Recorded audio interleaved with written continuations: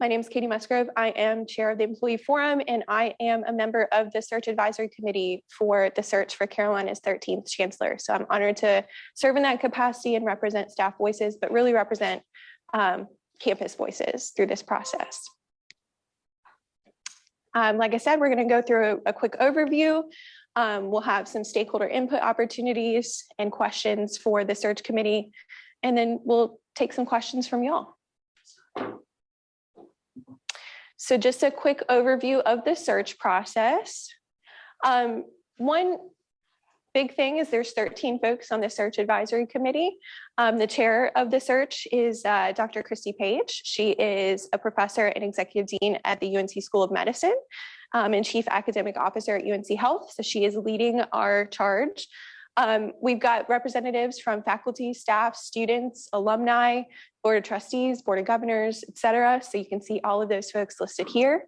We've also got a sitting or a past chancellor in the UNC system, and that is Frank Gilliam at UNCG, is serving in that capacity on the search as well. This is just a brief kind of proposed timeline of the search. As you can see here, we're in the stakeholder input phase from March to April. So we're eager to hear staff and other voices during the process at this time. We're working on engaging a search firm at the moment, so that process is ongoing. And really the feedback that we hear during these early listening sessions are going to be critical to developing that leadership profile that you see that we're going to develop over the summer. As you'll see, it proceeds nicely. We're hoping to have a finalist named and placed by the end of this calendar year. So it's a lengthy process, but one that we're hoping to put in all of the due diligence and work to make sure we have the best candidate possible. So just an overview of kind of the process, because some things have changed since past chancellor searches here at UNC-Chapel Hill. So the search advisory committee, that SAC group, we are charged with screening applicants, conducting interviews, and recommending at least 3 finalists to our board of trustees here at Chapel Hill. Then that board of trustees then recommends at least 3 finalists. Both the search advisory committee and the board of trustees are unranked finalists that we send. Then President Hans, as president of the system, reviews and interviews those finalists and submits a nominee to the board of governors for election. And then board of governors elects our next chancellor. So it's a nice little overview here. Again, we have stakeholder input. This is a key part of this process. We want to hear from y'all. We are very honored to have Dr. Anita Brown-Graham here with us today to moderate our sessions. She's the Gladys Hall Coates Distinguished Professor of Public Law here at the School of Government. So she is in her home territory. We're glad to have her. And I'm going to just turn it over to Anita because she is our fearless leader. So yeah, I don't know about fearless leader. I'm neither fearless nor am I a leader.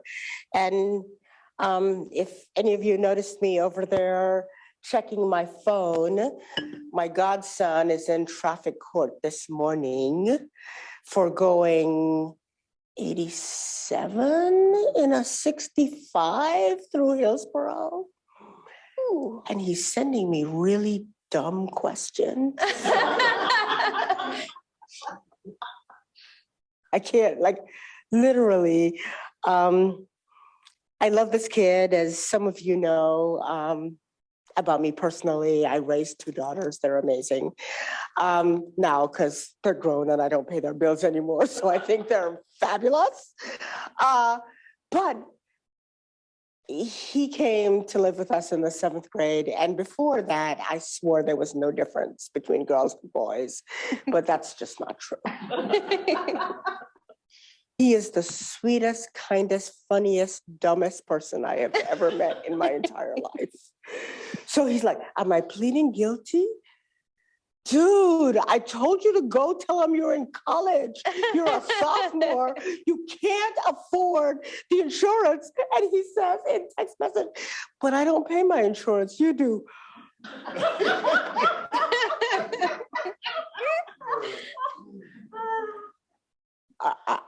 You cannot make this stuff up. You just cannot make this stuff up.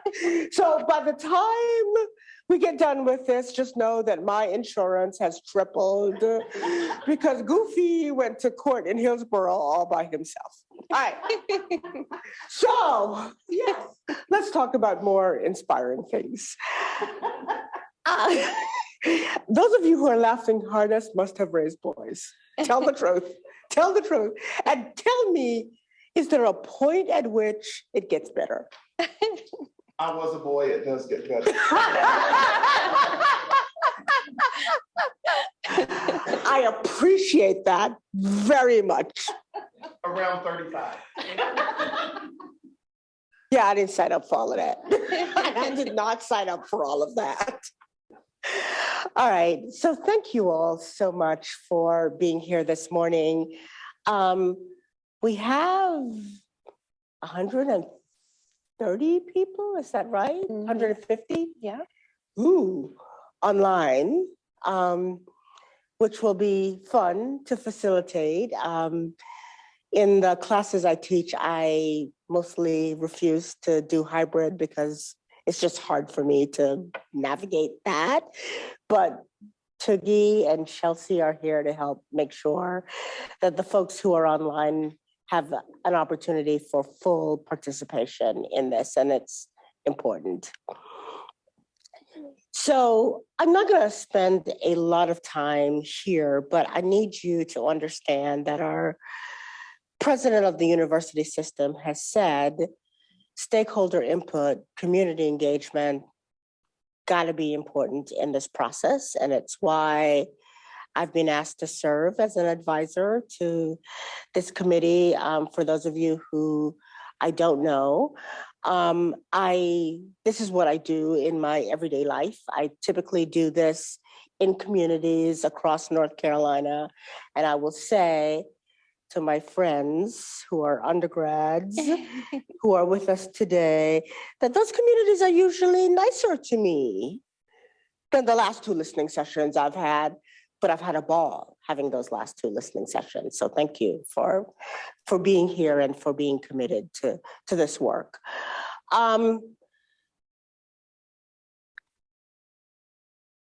This is what the president has charged me with. I think the last text message I got before the dumb one was from the president's office saying he was trying to get on the Zoom. So one of the things I've heard from the two listening sessions I've done this week is people want to see more of the search advisory committee. They want the search advisory committee to hear them directly. They don't want me to be the translator because apparently I'm like a lawyer person and I neutralize what they're saying. And so, yay, the president should be online and should be hearing what you've said directly too.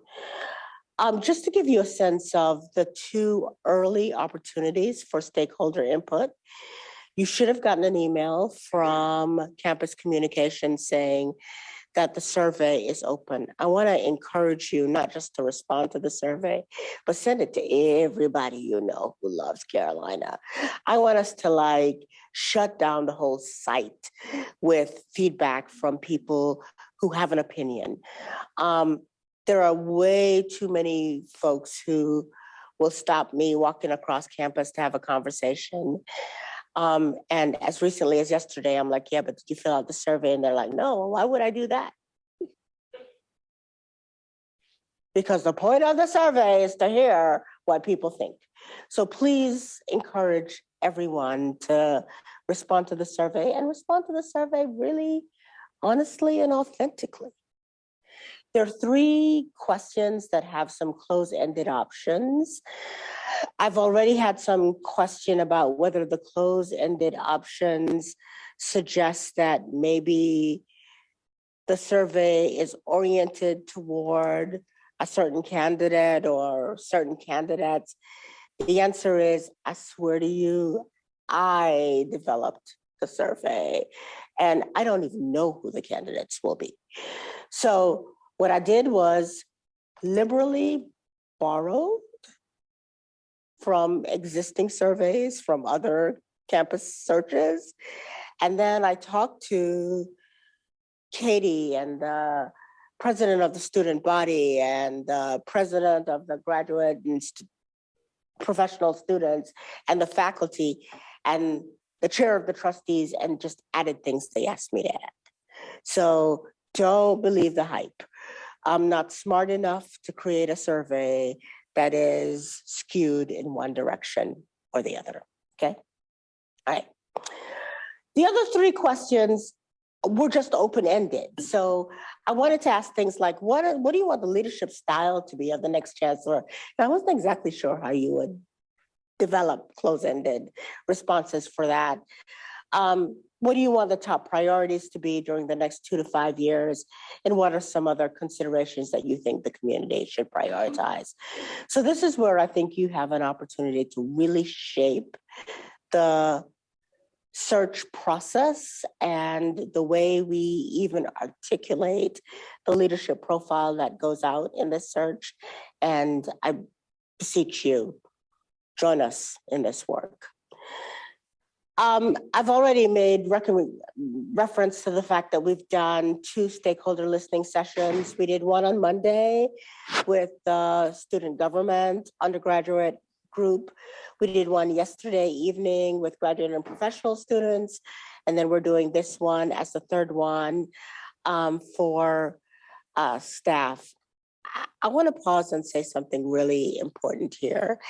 And I'm not just saying this because Katie is from the law school and I went to the law school. And so I love everybody who goes to law school. Literally, we had this session scheduled for June. And the reason we had it scheduled for June was Katie said May is a horrible month to try to do this with staff. And then when she saw when the others were scheduled, she was like, oh, no, we're not. Staff is not waiting until June. Why would we wait until June if everybody else is going in it?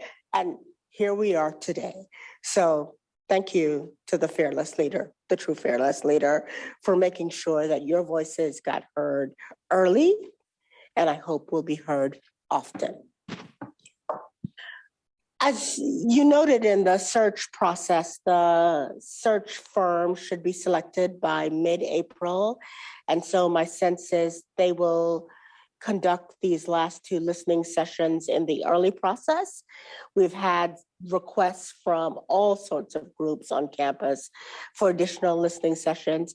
And so personally, I can't wait until the search firm gets selected so they can be up here doing this. But until they come, this is my job. Here's the Chancellor Search website. It will have all the information about listening sessions. It has the survey on it. Check it as much as you want to. This is the place to go to see where we are in this process. All right, so I've got 4 questions I want to ask you this morning. I got through 2.5 on Monday. I got through 1.5 yesterday.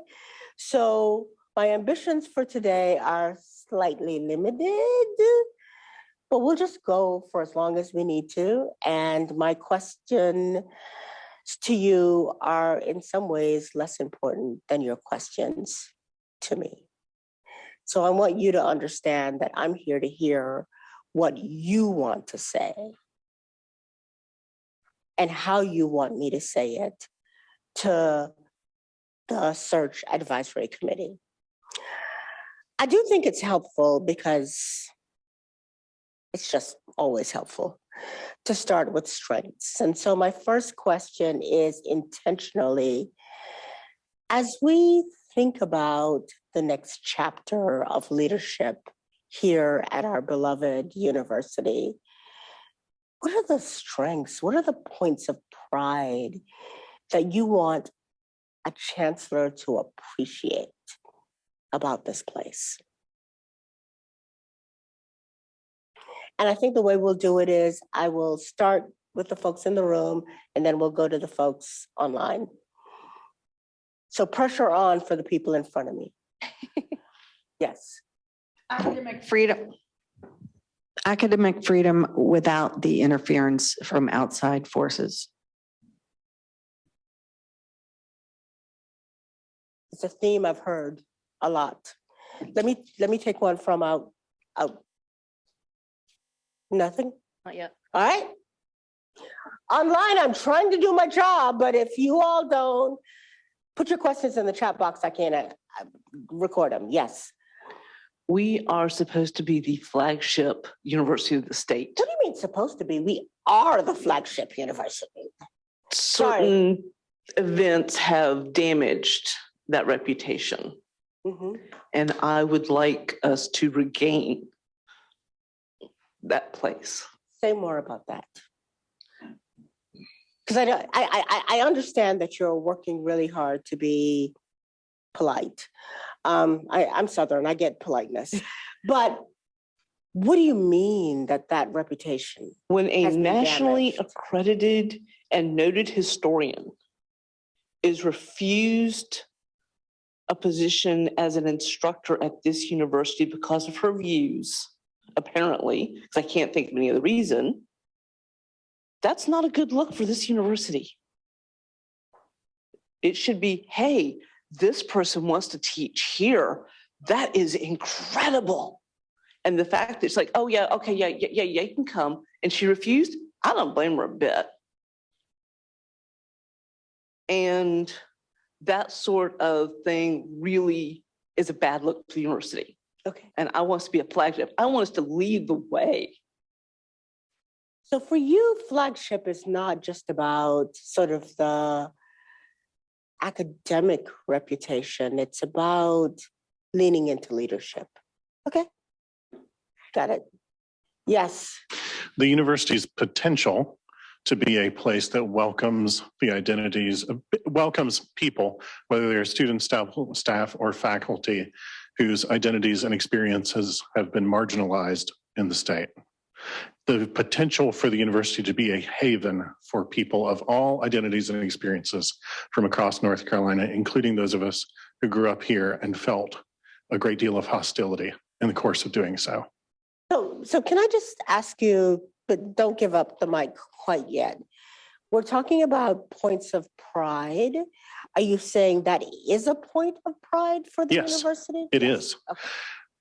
As somebody who is an alum of the university and a member of staff, I'm very proud of the fact that this was a place that I was able to go and feel safe. Yeah, thank you. Thank you. Anita, we've got one online. Okay, let's take one online and then we'll come over here. Just a comment in to answer your question. It says, we are the oldest public university in the country, and that is something we should be proud of. We have survived every crisis that this country has gone through, and we will continue to do so. Yeah, I love it. Let's see, is this on? Okay. As an undergraduate student, I know we've already gone to a listening session. This is my third one. I went to the grad one yesterday. He's just fallen in love with me and he can't get enough. Look, I just want to cut to the chase. In my humble opinion, I think that this entire Chancellor search process is a sham. I think that everyone here today is coming in good faith, including you. I think there are definitely some folks including you as well. I think there's some folks on the search advisory committee that are coming to this process in good faith. But I do not think that whatever we're saying here is going to be taking up to the proper channels throughout this entire process. Because whatever we say here, they'll have 3 finalists from the search advisory committee, and then the board of trustees can decide whatever they want with those 3 finalists. And we know who they pledge allegiance to. It's not to the people of this university, it's to the Republican-controlled North Carolina General Assembly. And then they get to decide whatever finalists they want. They get to send it to President Hans. President Hans gets to choose in the final hour whoever he wants, and gets to have them chosen from an election with the Board of Governors, who are also pledging allegiance not to the people of this university or this university system, but the Republican-controlled North Carolina General Assembly. And to go forward, I think that the BOT and BOG have already made up their minds. And I guarantee you all that Lee Roberts is going to be the next permanent chancellor of UNC-Chapel Hill. According to NC Newsline, this was a couple of weeks ago, a member of the UNC Board of Trustees told the publication that while they expect the search to be thorough and above board with many candidates across the country, they doubt any of them will top Roberts. This is a man without any higher education administration experience and with ties to the Republicans, specifically far-right mega donor Art Pope. The people that Roberts keeps in the circle, including many of the folks on the Board of Trustees and Board of Governors, have a vested interest in dismantling DEI here and defunding the humanities, going after distinguished professorships, and our amazing cultural centers on campus. This is a crisis moment, and this is not unprecedented. This has already happened at Fayetteville State University when they appointed Darrell Allison, 2021? He was a member of the Board of Governors. He has ties to Republican Party. He has ties to one of the board of trustees here, actually Rob Bryan III. And amid student, faculty, and employee protests after they believe 50 to 60 candidates were up for the search, many of whom they believed had more experience than he did, he was still appointed chancellor at that campus with his mother-in-law on the board of trustees at that campus. I don't trust this process at all. Even if everything we're doing here is in good faith and in the interest of us as undergraduates, as grad students, if I don't think there are any here, as faculty members, as employees, whatever we do here, it's going to maybe be taken back to the search advisory committee, but whatever is decided there still doesn't matter in the entire process because the board of trustees and the board of governors have complete control over this process. That's what I think. Thank you.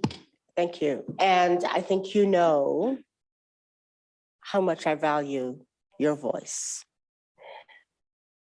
Let me ask you this follow-up because this is really important. Whatever this process yields, what is good and strong and makes you proud about this university that you want to preserve? Absolutely. I think one of the first things is the cultural centers and also the cultural spaces among Black students, not only with the Black student movement, but also the Sonia Haynes Stone Center. I think I've got all the names right. That's the place that I go to, if not every day, every other day. And to be quite frank, like in 2014, when we talk about Art Pope, his organization, one of his nonprofit organizations, the James G. Martin Center, actually called for funds to be cut to the Stone Center, for them to start cutting funds to the Stone Center.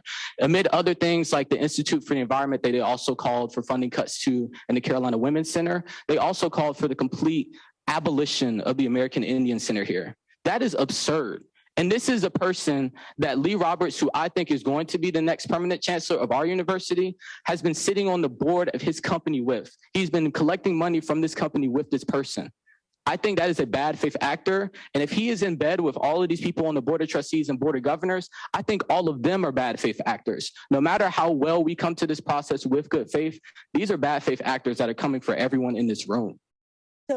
So I hear you saying, and let me know if we've got something online. I need to get to what the previous speaker said, which is this has been a place where lots of people feel they belong, that it's home, that they can find themselves. And that's really, really important. Is that, I don't want to put words in your mouth because I've done that at least twice and been rebuked for it, but is that what you were saying? Yes. Yeah, okay. And I agree with your characterization of what I said as well. Thank you, because and usually y'all are like, yeah, that's not what we said. You're neutralizing what we said. You're being lawyerly with what we said. I'm like, really? But also to emphasize, these spaces have also been battlegrounds. We've had to fight ever since we've been around here as Black people to make sure our spaces are protected. When we talk about, again, I can go back to Art Pope. His father was one of the ardent opponents of the establishment of the Stone Center here at this university. Like, make it make sense. Like, these people do not care about Black folks. They do not care about any of the people in this room. I just want to make sure that's clear and that we're not leading anyone on this process of it being fair or if, them really caring about what we as people of this university have to say of what we want for our new chancellor. That's what I just want to make clear. We got you. Thank you. Yes. We've got a couple online that I'll just read off. Now First, you've got all the people online all fired up Yes. and ready to go. you got a snaps, just FYI in the comments. Okay. Our capacity for conducting cutting edge research and our ability to secure robust external funding to support the research enterprise. All right, Next so one. just so everybody is listening to that, the recognition that this campus is a research powerhouse and we need to do what we need to do to make sure that continues, okay? In the book, Crossing the Finish Line, the collective UNC system was recognized as the gold standard, and the Chapel Hill campus has a huge role in shaping that image. The new chancellor should have the moral courage to maintain this relative position. Carolina continues. So, I'm gonna ask whoever made that comment about the book Crossing the Finish Line, because I didn't read it, to say more about the gold standard by what? metrics because we want to make sure we capture that clearly. Okay. Carolina continues to struggle with its deeply racist path. Permanently removing Silent Sam and changing Saunders Hall to Carolina Hall were moves I am proud of. It's important for us to have a leader who can be recognized that calling out our painful past can be a source of pride. Got it? And consistent with what we've heard. Yep. Two more. University of North Carolina is a home for many people from across the country, including the state of North Carolina. This place has been transformational for many people, including me as a staff member. All right, consistent again, the sense that you come here and you find yourself to be at home. And I've said this in the last two sessions. I'm from Louisiana. I went to LSU undergrad. I believe there's nothing closer to God than SEC football, especially when somebody beats Alabama. But I came here to go to law school and I really felt like I had died and gone to heaven. I could not imagine that there was a place that would be more welcoming and would open my mind and heart to spaces that I didn't have enough imagination to think could be in my destiny. So I hear when people say they come here and from here they can go anywhere.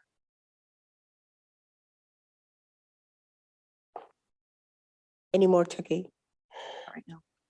All right, any other points of pride now that I've put my whole soul out on the table for you all to see? And you might be thinking to yourself, wait, you went to law school across the parking lot and you're right here and you think you went anywhere from here? It's not literal, it's figurative. Any other points of pride? All right, so let's be real for a second here. We're not a perfect place. We've never been a perfect place. No place is a perfect place. What are the areas you want a chancellor to focus on for improvement?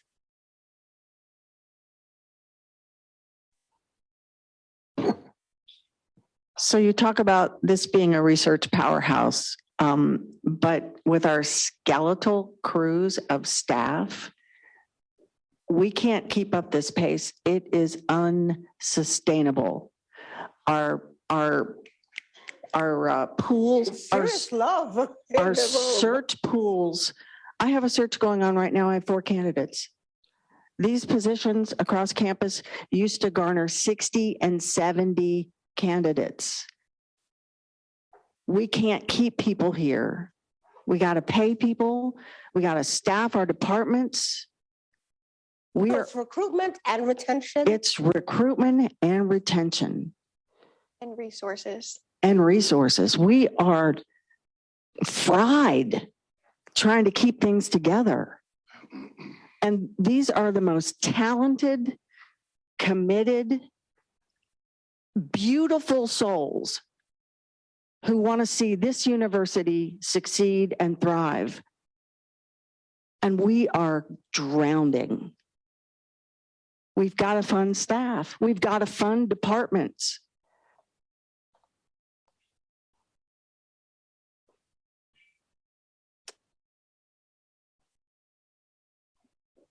We need a chancellor who can regain the eroded benefits that I've been here long enough that I will have a really nice retirement.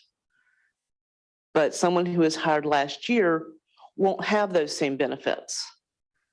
Someone who's hired 5 years ago won't have those same benefits. Someone who's hired next year will have even fewer benefits. So one of the things the chancellor, it'd be nice if the chancellor could do in some way, if not directly, indirectly, is, hey, legislature, if you want us to have a pride, the star of the country university, we have to have the students, but we have to have the staff to support the students and support the faculty. Mm-hmm. you could call the students the flesh, the faculty the nerves, but without a skeleton, you're not moving. You're just going to flop around a bit. Yeah. I kind of like that analogy. That's kind of cool. And I presume, but don't want to without your approval, that that's part of the issue in recruitment. Is that? It's not only financial and resources, but it's cultural. All right, say more about that. That's important. So you shared about yourself. I'll share a little bit of my personal story. My mother was a single lesbian mother trying to raise 2 babies and put herself through school here. And she raised us out of poverty. And she found her identity and her tribe, if you will, and found her true self because she was allowed to be her authentic self here. And when I see attacks on our diverse, beautiful culture, that worries me. My mother became an amazing human through her education here. And that was largely due to the fact that she had loving support and was allowed to find herself. Yes, sir. 2 things on the topic of staffing and staff priorities related to research. If you're a member of staff and you have 2 goals that you need to achieve, and one of them is in service to teaching, and one of them is in service to research, the expectation is that you will ignore the one that serves teaching to get the one done for research, because the culture has become that it is more important to support researchers who are bringing in money than faculty who are teaching students. So that becomes very frustrating when you care about getting both done. Second, back up and help me understand, and I'm really hopeful our president is online, why and when you think this culture shift occurred? I think that it was building over the last 10 years, but I think that with the start of the pandemic, it became especially focused. At that point, anything that didn't support research, and especially anything that didn't support medical research, got shoved aside. And it has become the case since then that it is more important, quote unquote, to support research than to support teaching.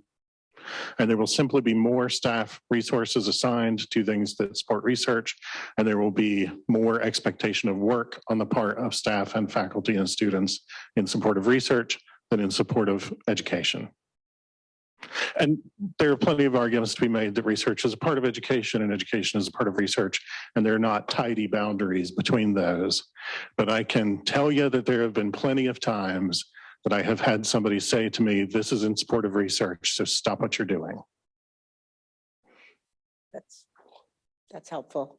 Another challenge that our campus faces, to go back to some stuff that we've already talked about, is we have a hostile state government and arguably a hostile set of bodies of people overseeing the campus, to the point that they're out there saying that they're going to do things that have been done in other states, like ban DEI initiatives on campuses and things like that.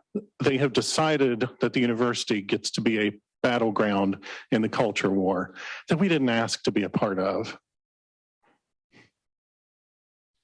Thank you. Got some online. Yes. Staff has been overlooked for such a long time, not just here, it's a higher ed problem. We need to be compensated for our skills and expertise and not constantly overlooked and scraping to get by financially. The state needs to realize that the university system cannot function without staff, and we are not compensated and recognized accordingly. Our biggest challenge. Person online, you're getting love in the room. Yes, you're getting love in the room. Our biggest challenge is that the universities like Carolina are being used as political pawns. This is not only harmful for our mission, but it is simply a bad business decision. I want the next chancellor to advocate for equity and protect DEI initiatives. They need to be a vocal proponent and leader in creating opportunities for groups that have historically been excluded from higher education.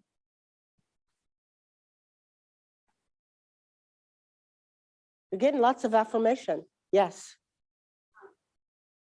My worries is that one of my worries is that there has been, I guess, like a first wave of people people leaving the university for multiple reasons. I think lots of it having to do with pay, some of it having to do with cultural concerns or issues. But as far as the people who have stayed, the people who have been doing 2 and 3 times, their so-called normal workload, as Shayna said, they're exhausted, they're past drowning, they're past the point of doing the right thing and helping until we get the new person on, because that's okay as far as a short-term type plan. And I think that that's an okay expectation. And I think that basically everybody in this room and online and across the university is more than willing to, buckle down and help out until, you can kind of get things figured out. But it's past that. It's years past that. And one of my fears. So can I just ask you this question? Sure. Is that because we can't recruit new people to fill existing jobs, or is that because we don't have new positions to fill new expectations? We have plenty of positions. Okay. Just and I think, I get it. And I think as far as, the university, I mean, my mom worked here for 30 years and retired from here. I grew up in the School of Public Health. I mean, literally since the time I was 5 years old. People in North Carolina know about UNC. I mean, people in the Southeast know about UNC. Advertising is not a problem. Knowing that there are positions here is not a problem. I think the problem is pay. I mean, to be perfectly frank, I think that's a huge issue. I know that at least I work in energy services, and then I've heard a lot of similar things from facilities, housekeeping, things like that, where the salaries are not enough for people to get by on. I mean, I'm a single mom. They're not enough. It's not enough for me to get by on. One of my main worries is that the people who have stayed and have buckled down and have helped and done, 2 and 3 times their normal, workload, if they don't see light at the end of the tunnel, then those people are going to leave. And when those people start leaving, then I think, that's a tipping point. And I mean, other than state legislature, I'm not entirely sure how we fix all of that. But I think if we get to that tipping point, it's going to be really, really bad. And, as Arlene said, then we don't have a skeleton. Yeah, I'm gonna struggle to get that analogy out of my head for the rest of the day, because just as you were talking, I'm like, okay, so now the backbone is no longer connected to the, yeah, thank you. There's a song in there. Thank you very much for that. So I want to ask you about leadership qualities, and I want to use this as an opportunity to also just give you a chance to say other things that you might want to say. I think we've got about 10 minutes left in our session, and I don't want to leave here with you feeling like there's anything you didn't get to say that you wanted to say. So you've talked a little bit about the strengths. You've certainly identified some places where we have work to do. How do you want your new chancellor to show up? What are the leadership characteristics? We had someone with their hand up online. Yeah. Audrey's online has had her hand up for a little. If we could recognize her. So Audrey, feel free to unmute. Thank you. And actually my kind of comment segues into this question a bit. Thank you, Audrey. See how I set you up? Man, we're like here. I mean, I guess we are both from the MPA program, so that helps.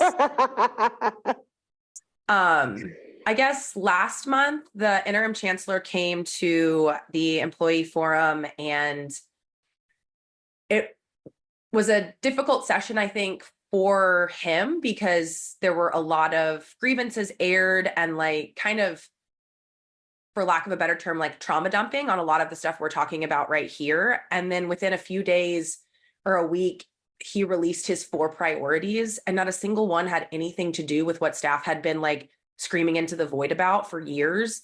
And so I think if we're talking about what we want from leadership, like genuine curiosity that leads to actionable items, like what is the point of us telling you and other people over and over again that we are underpaid, under-resourced, and we cannot recruit or retain employees if the 4 priorities that are released from the interim chancellor are AI and research funding? Thank So you. that's all I got. I think that's plenty. Yes. As I sit here, I'm Trish Harris, and I am the Chief of Staff in the DEI office here at UNC-Chapel Hill. I also serve as the chair of the Carolina Black Caucus, which is now entering its 50th year, and I share that as context. So thank you.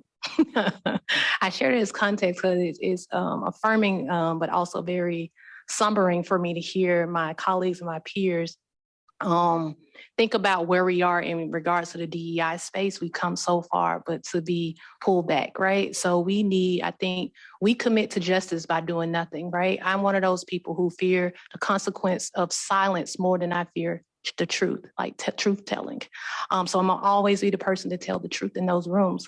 So what we need in a leader, from my opinion, is somebody who is bold, who is courageous, who will lead with authenticity, integrity, transparency, and communication. Those things have fallen to the wayside and have not been something that is, we think we might be doing a good job, but we're not. We hear our students, we hear our staff, and we hear our faculty, they're completely unaware of what's happening, right? Because there's a lack of transparency. So, which leads to paranoia. It leads to a lot of anxiety and angst and fear, right? I spend a lot of my time, and I am tired. The skeleton is crumbling. I'm telling you, I am tired. We need somebody who's fearless, who's not afraid to stand against to go against the status quo. Even if it's your little friends in the room, you tell your little friends, please and no thank you. That's absolutely not the right direction for our university. We should be leading in the other direction, right? We should be the people, trailblazers, doing what's right, right? To help alleviate some of that fear, to show people that they matter and care. You're right. When we get 4 priorities, I was like, those are the priorities? Okay, I see you. I hear you. So just needing somebody, again, who stands in with moral courage, courageous, transparent, communication, who knows and understands and fosters, push forwards a culture of inclusive, helps to inform and educate, not just lean on the one Black lady at top, right? We are tired. We are tired of saving America. We are tired of saving Carolina. I was a person on the front line when the whole Nicole Hannah-Jones protest. That's me with the protest sign. I am tired. So I need a leader who would step in so we don't have to advocate for ourselves all the time. Students are missing class, staff are missing time, faculty are out, like we're out here protesting for justice because we don't have anybody to stand in the gap for us. So I want to ask you a question, and it's a total devil's advocate question. It's okay. Because I understand being tired. Right. Just to be clear. I've said this in the other 2 sessions. There's a lot of opportunity for leadership for a chancellor on this campus, but they're not the boss of the state. They have other people who are their bosses. Correct. So when and this is like literally important because the graduate students last night checked me on it. When you talk about transparency and responsiveness, Are you saying I want a chancellor who will just say, I can't do that? Like I don't have the authority to do that? Or are you saying I need a chancellor who is going to go down fighting for that? Whatever Both, that actually. is. You know, it's not the chancellor's job to heal Carolina. It's an impossible job. We cannot have that expectation of that person, right? But it is their job to, in my opinion, to do, if I can't do something, let me find, but if you're in that position, that means you have some kind of authority, some kind of power, some kind of network to put you in that position. So what if Trish Harris can't do it, guess who I'm going to call who can do it? Katie, Anita, Shauna, all this, Shayna, Shauna, Tosca, right? I'm going to call my friends. I'm going to pull in the cavalry. If I can't do it, then my people will help me do it. That's very helpful because I want to get that right. You're welcome. From online, the next chancellor must show up with cultural humility and a commitment to inclusivity. That's a really interesting phrase, cultural humility. And whomever said that, I'm going to ask them to just sort of unpack what that means in the chat. Yes. They need two. And then Katie's going to like throw me out of here, but I'm sorry. No. This is so good. It's really hard to stop. Yes. In my opinion, they need two things more than anything. They need independence and they need experience. They need to be independent of the boards that oversee the university so that they can be good faith actors on behalf of the university. So and they need. Can stop for a second. The only reason I'm pushing back on some of this and asking you all to go deeper is I need to understand completely what you're saying so that I can deliver your message. What does independence from your board look like? Somebody who is not already associated with those folks deeply outside of their role as chancellor. Somebody who is not somebody who is already their friend, ally, and business partner. Somebody who is preferably from outside the state entirely, so that we know that they come in the door not already having a bunch of ties and agreements and backroom handshake deals and that kind of thing. And the second thing they need is experience. This is not the sort of place where somebody should be a chancellor for the first time. We've got a hand raised. So can I ask you to unpack that a little bit? Because it feels like we've had plenty of chancellors who are the chancellor for the first time. I would question whether they were chancellor for the first time in the sort of current political environment that we have. I would also question whether they were chancellor for the first time over a campus that was as complex and sprawling as ours has become and as multi-focused as ours has become. We don't need somebody to try to wrangle all the education and all the research and all the funding and all the politics and the state legislature and the board of governors and the board of trustees and the alumni and the donors and the corporate people who want to get their feet in the door for the first time. Yeah. So basically you're saying the context is so different that it may have been okay to be the chancellor for the first time here, but maybe not. Whoever was chancellor when Hinton James walked up didn't have to manage the sort of environment that we have now. Gotcha. I also just think that they need to be somebody who's come from a similarly complex environment, but not this one.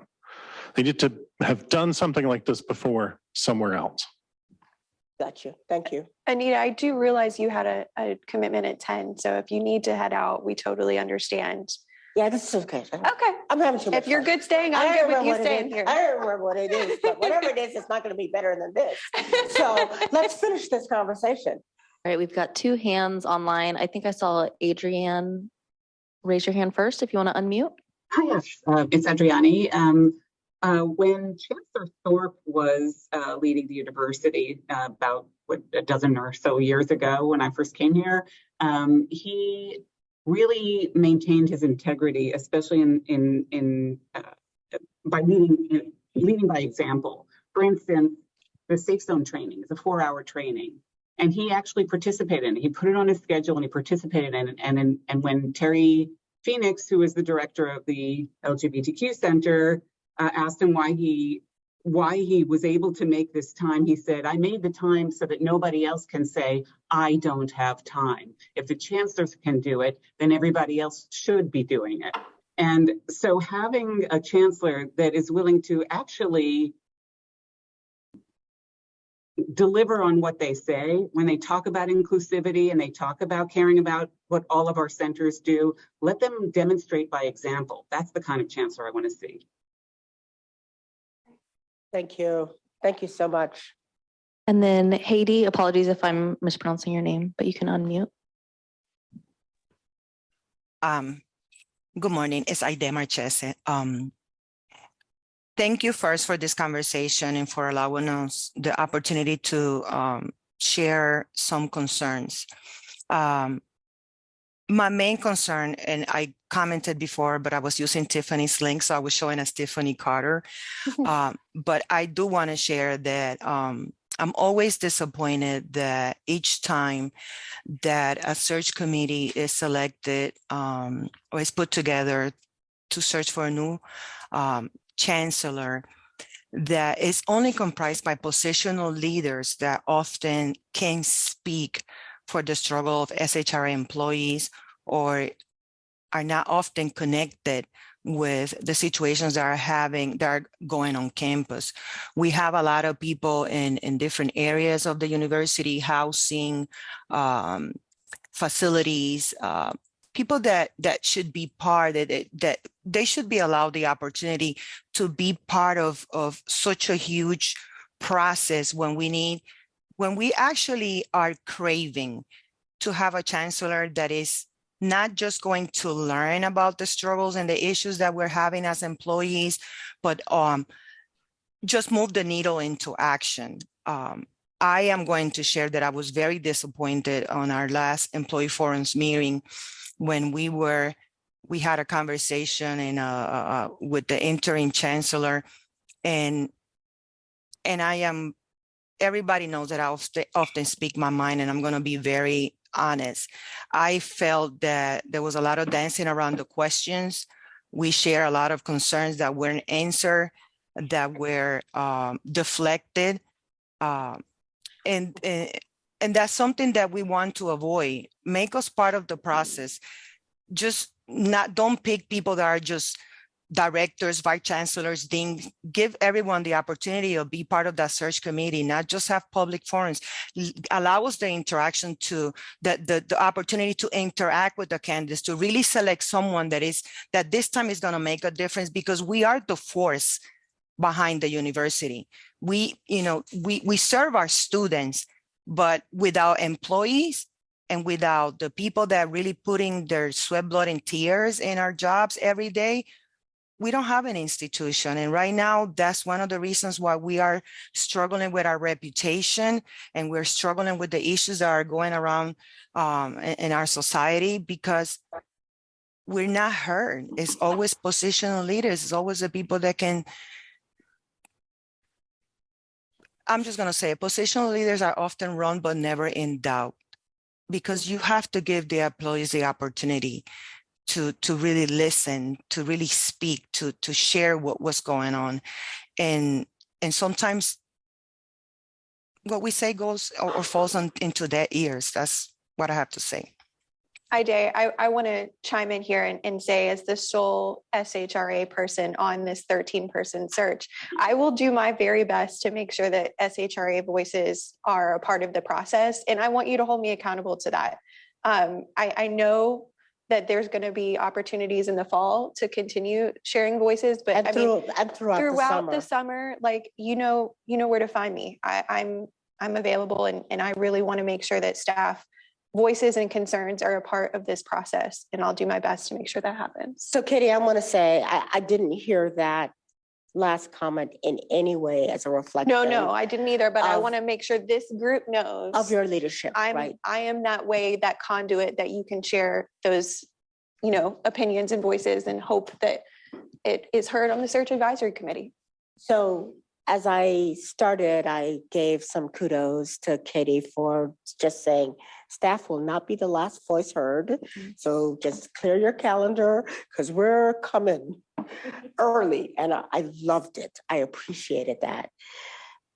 As she has said, you can reach out to her directly and she will represent, but I equally take, I don't even know what it means to be like an advisor to an advisory committee, but whatever it means, I'm here for it. And this is my email. And if you have things you want to share with me, don't hesitate to do that. I want to end by just hearing some thoughts about this idea of cultural humility, which along with the skeleton, like that's going to live rent-free in my head all day. What are people saying about what cultural humility is to them, Tiki? So Kira Jones said, cultural humility is different than cultural competence. It is the idea that we should not walk into a space or interaction with humans who differ from us and think that we're going to reach a level at some point where we will, quote, know how to deal with those folks, that we will have a mastery of knowledge that doesn't necessitate continued learning, self-reflection, recognition of own biases.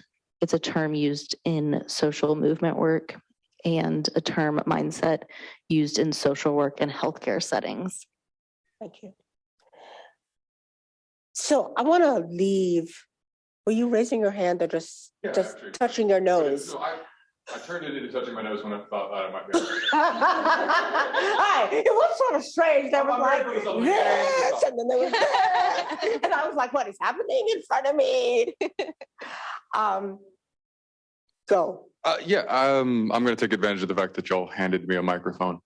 To kind of touch on all 4 points, I think something that I've been hearing kind of as a through line through everyone's comments is there's been a real significant erosion of trust that accelerated aggressively with the pandemic. I think both that uncertainty led to people looking for things, and as the things that were reliable and certain and have kind of become quicksand, I think that's sped up the process. But that trust is not new in its erosion. These points about staffing, about retention, about pay raises, about inflation, like those are not new concerns. Those are not concerns that happened in 2019. They've been around for 5-10 years in some cases. And the fact that we keep getting the same responses when we're brought up is further eroding that trust. The fact that the students don't trust the process, the fact that there's this tremendous lack of trust on numerous levels, I think is the largest challenge this university and this chancellor is going to face. Is this institution won't hold through a complete break of trust.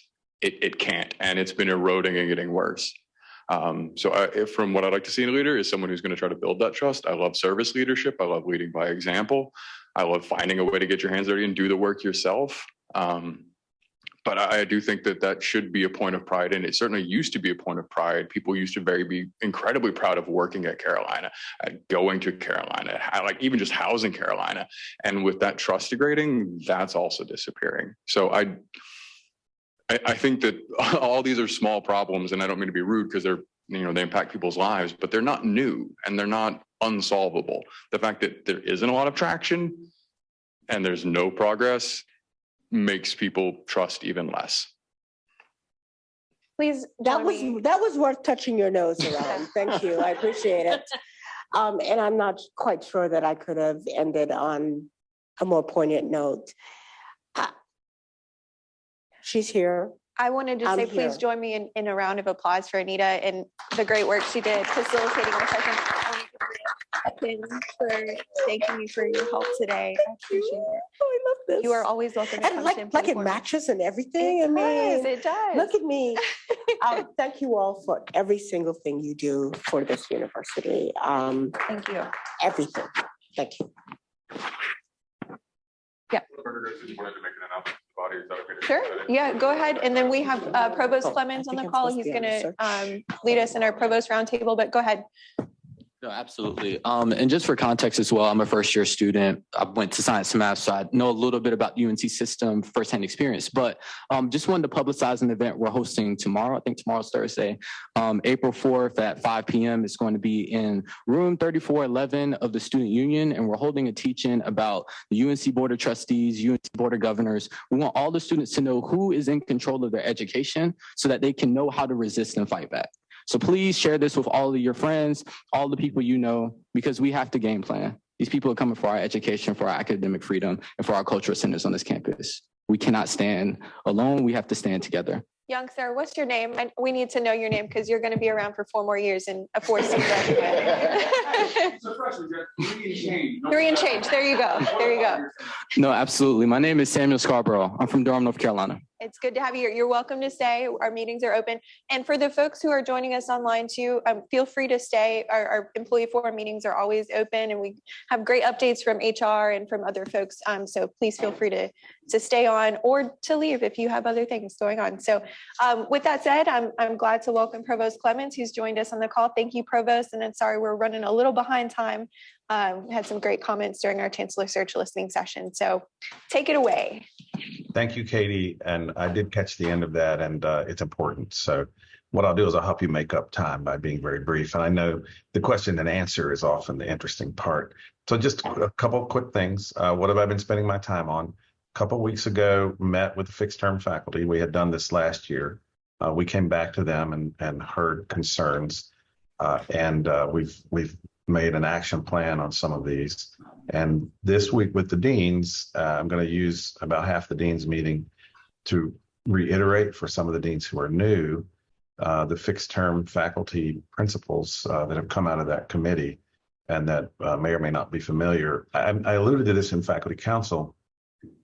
Some of our practices are leading the way for the system as well. And so now the system is looking at how to codify some of those protections that we grant or try to grant whenever possible to our fixed term faculty. These are things like longer contracts, more notice if the contracts are going to have to terminate for some reason, among other things. So that's been an issue that we're working every day, and faculty affairs is on it. This time of year, it's events. Tonight I have Phi Beta Kappa followed by an iftar with the Muslim Student Association.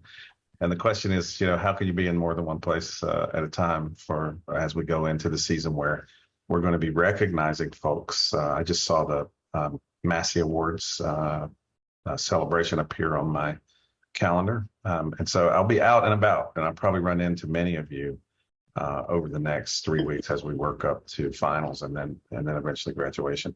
Let me not give you other details because I know there are things on your mind. So I'm just going to give it back to Katie for some questions. All right, folks. Questions for Provost Clemens? Online folks, feel free to raise your hand.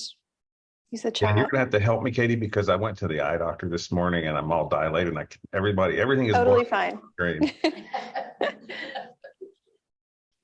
Questions for the Provost? Arlene? What feedback have you gotten about the change in date for graduation now that we are within a month of graduation? Well, the feedback started right after Kevin made the decision to do this. I think there were several unintended consequences that we hadn't seen. One, of course, we're bumping the classes are right on top of the first ceremonies. We had to actually cancel the latest final session on Friday before graduation. The second thing, of course, is we've had to reorganize many of the department and school ceremonies that are habits. As I say, these are the liturgy of the university. These are things people have done for years in the same way, and they've been disrupted. It has made people quite unhappy. I think there are some upsides as well, but we don't normally hear the compliments until after. In the head up, we hear the problems. So the feedback has been, in many cases, definitively negative about some of these effects I'm saying. But what I'm hoping is there'll also be some positive effects of not being on Mother's Day, and that families will be able to enjoy that in a different and maybe better way. It is, I think, an experiment. So I'm adjusting to it too. Have you heard otherwise? Yeah. Microphone runner. Do you know when a decision will be made on the 25? The question was, do you know when a decision will be made for the 25-26 graduation ceremonies?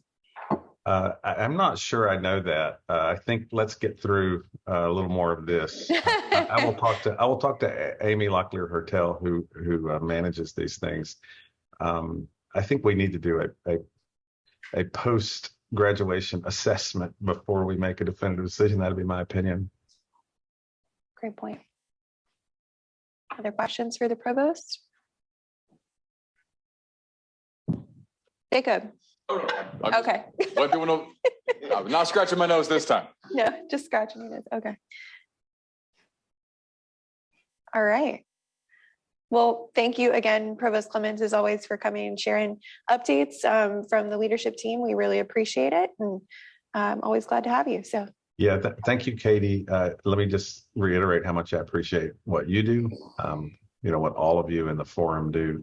We have our own forum representative now who sits right in my office. And so I see Tiffany every day. She can bring me news if I should miss it. Let me know if there's anything I can do. My goal is to be there when I'm needed and to take care of things that I'm able to take care of for folks. So, never hesitate, reach out with an email or just call Tiffany and she can walk in my office and make sure it gets attention. It's a busy time of year, but I hope to be available if necessary for things. So thank you so much. Excellent. Thanks, Chris. All right, folks. Well, next up on our agenda, we have some remarks from Kathy Brennan, who's the EHS director. She unfortunately wasn't able to be with us, but we have some recorded remarks she's going to share regarding some UNC safety updates. Hi, I'm Kathy Brennan. I'm the executive director of Environment, Health, and Safety. And Katie has asked me to speak to you about PCBs, polychlorinated biphenyls. I know several people have had questions just related to the news that we've seen at NC State. So I wanted to go over our PCB management program here at UNC-Chapel Hill, and I have some slides that I will share with you. I do want to apologize for not being there in person and being by video, but I actually already had a spring break trip planned for next week or for the day of the employee forum meeting. So I'll go through my slides and then I have some contact information at the end if you do have follow-up questions. All right, so as I mentioned, I'm going to be talking about the university's PCB management program and just go through what we do to manage PCBs on campus. So first of all, just a little bit about polychlorinated biphenyls. So PCBs are a group of chemicals that contain more than 200 individual compounds, and each individual compound has varying health effects. But typically when we talk about PCBs, we're lumping them all into kind of a broad category of PCBs. So we don't talk about the individual compounds. So PCBs as a group have been classified as known carcinogens by the International Agency for Research on Cancer. They've been studied, individual ones have been studied, but they decided that they would classify them as a group. The biggest exposure for people to PCBs in the environment is really from dietary intake. So if you eat fish, seafood, meat, or dairy products, you could potentially be ingesting PCBs because they do bioaccumulate in those products. And then the other way that you can be exposed to PCBs is via inhalation. And so there are varying ways that you could potentially be exposed. In terms of the dietary intake, I did want to highlight the FDA actually does recognize PCBs as an unavoidable environmental contaminant. And as such, they actually have specific thresholds or tolerances that are allowed in food and also food paper packaging products. And this is considered a temporary tolerance because hopefully, eventually there will not be PCBs in the environment that will contaminate our foods. So what we're really focused on here on campus are PCBs and building materials. So PCBs were widely used in manufactured building materials in the US between 1950 and 1979.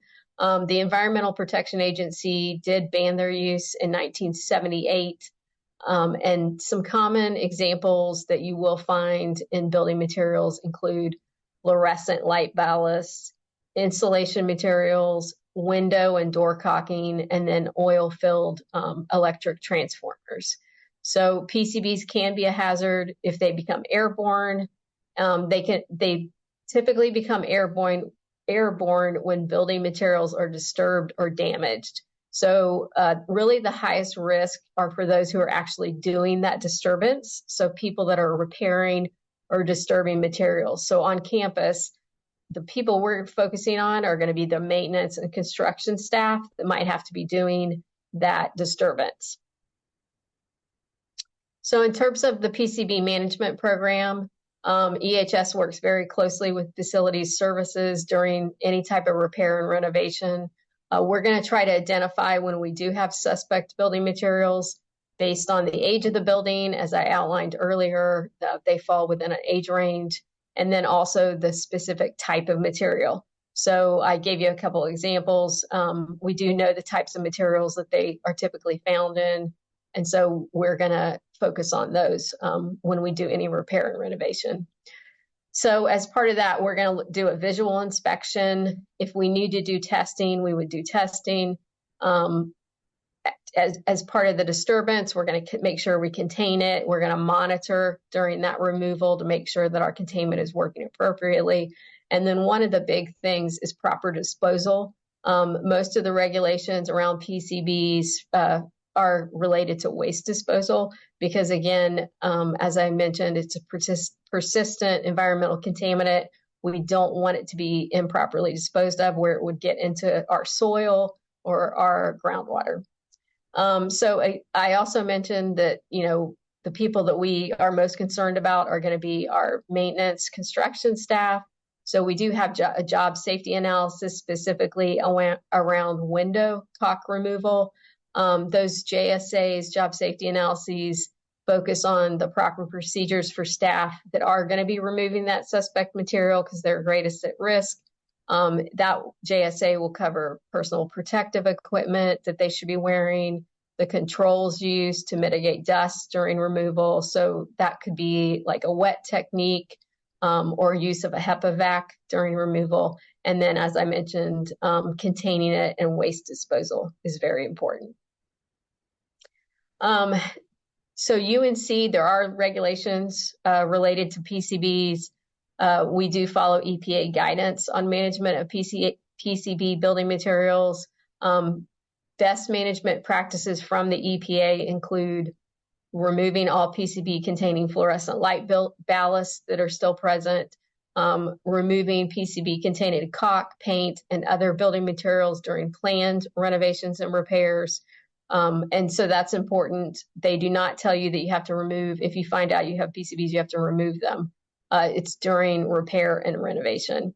And then third, EPA also recommends considering encapsulation to reduce PCB exposure if needed. So that might be if something is maybe slightly degrading, you can encapsulate it and not totally remove it. Just to highlight that UNC did do a large lighting upgrade projects in 2011 that removed PCB containing light ballasts on campus. So that was done more than 10 years ago. And then again, UNC program manages in place.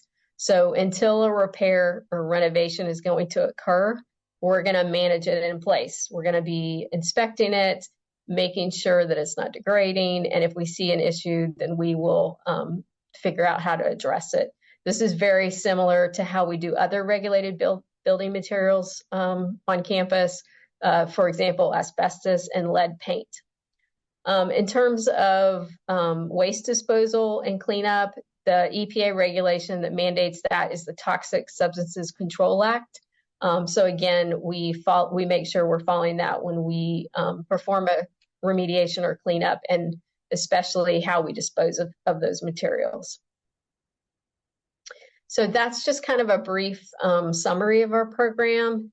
And we do have a website on the EHS website. So I've put the link here. You can always go to ehs.unc.edu and put in the search bar PCBs, and that should also pop it up for you.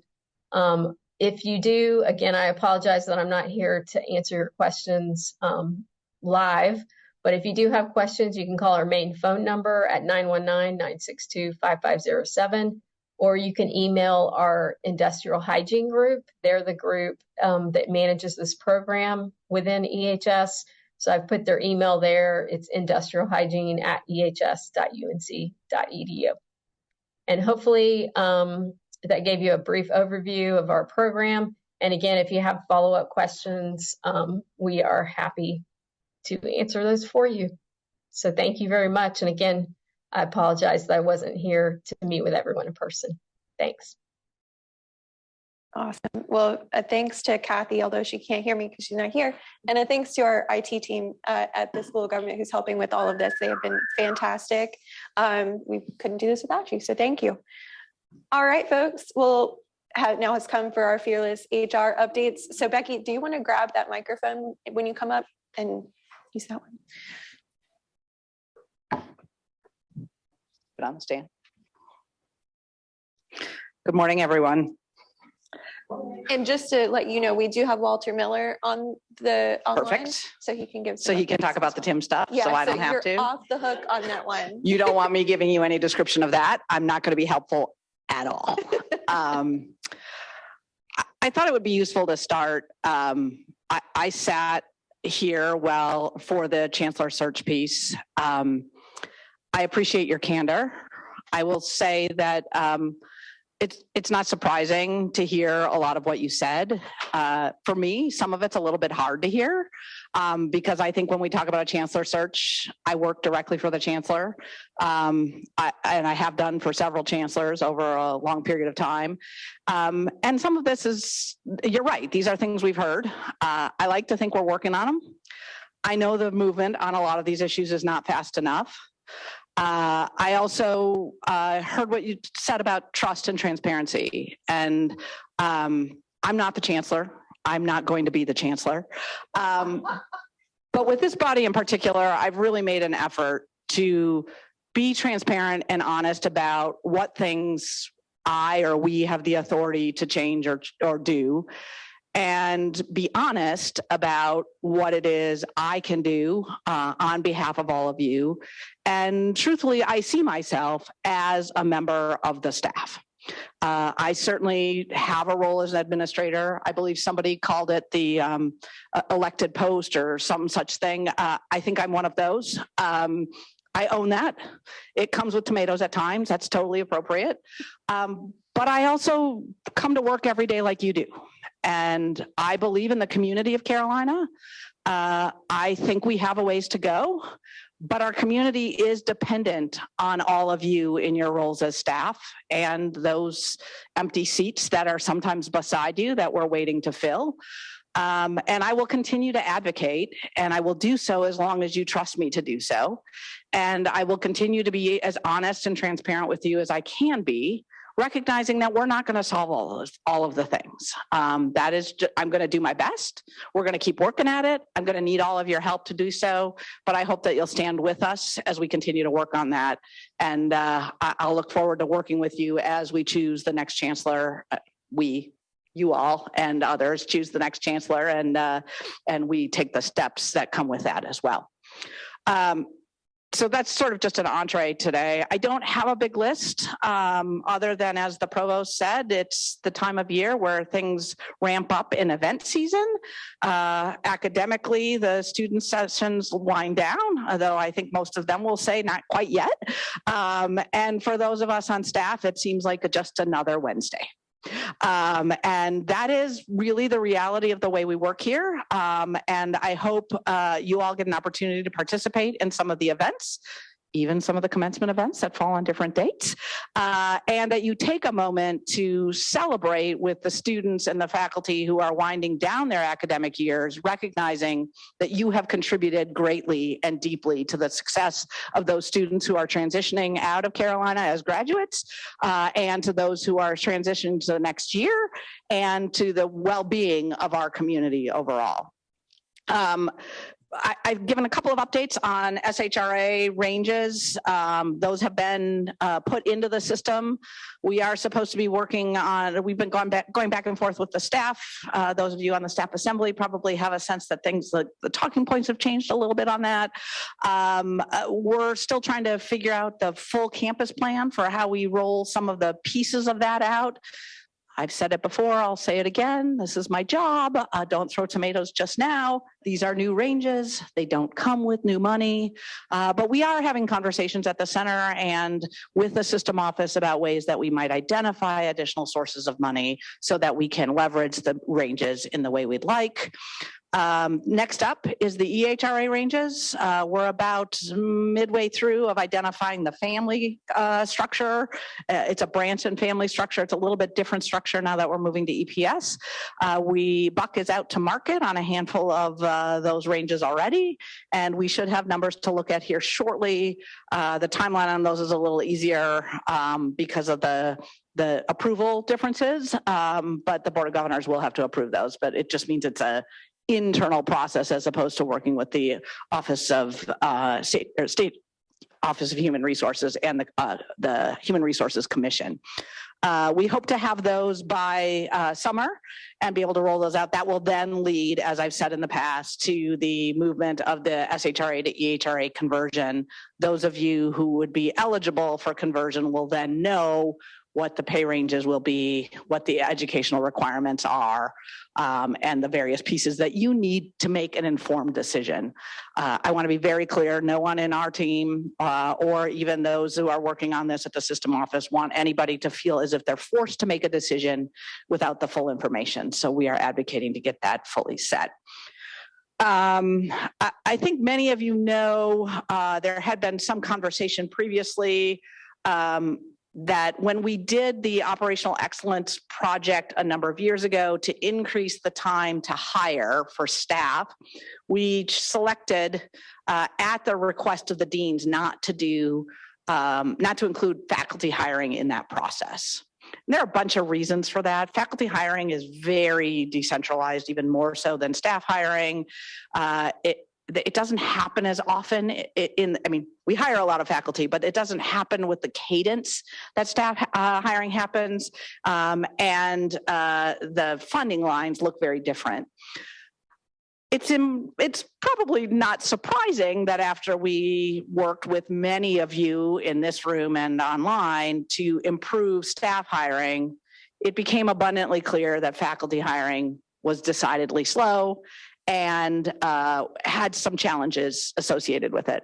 For those of you who participated in the hiring exercise and now use the playbook, you know that the key to making a hire happen more quickly is both being very clear about what it is you're expecting, but then identifying the number of things that you can do concurrently as opposed to sequentially in a search process. And the hiring playbook helps you do that. What we've identified as a likely challenge to faculty hiring is most people running those searches are doing things in a sequential manner. And we think we can improve that by identifying the pieces that can be done concurrently. And we are working with operational excellence, and many of you will be called, because I know many of you work on faculty hiring in some fashion or another. Many of you will be called to participate in that project, but I wanted you to know that that's happening. For those of you saying, oh gosh, another initiative, I do want to point out that we heard you very loudly and very clearly.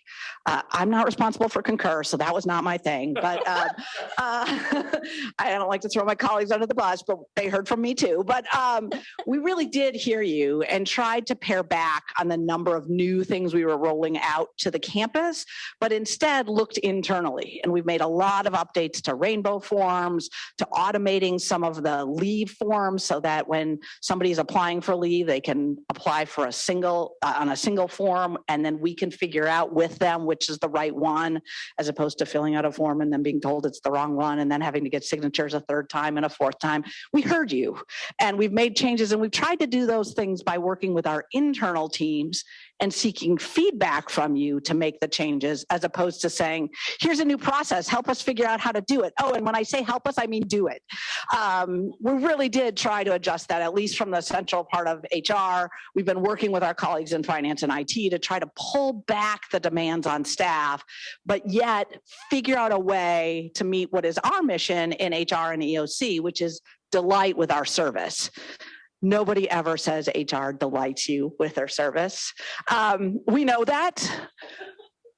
We work for a bureaucratic system. There's no doubt about it, but we are aiming to do a better job of ensuring that when you interact with us and our systems, that it doesn't have to be another thing in addition to it's an election year and my parking didn't work out, or I got a parking ticket when I went to this meeting, or whatever it might be. We want to take HR off that list. So we're going to continue to ask for feedback. We're never going to get it entirely as easy as you would like it to be, but we're going to do our darndest to delight you in the process. And I hope that you're recognizing, at least, I mean, maybe you're not recognizing. If I have to say it in order for you to recognize it, maybe that's the problem. But we really did try to hear the feedback and pull back on some of those things. The last piece, and I promise I didn't say all of that as a way to get, before I brought this one up, I totally forgot it was on my list. You all know that every 2 years, the UNC system rolls out an engagement survey. It's out. You all probably got an email from Modern Think. You probably got a couple of messages from our division outlining that the survey is out. I think we already know what we're going to hear.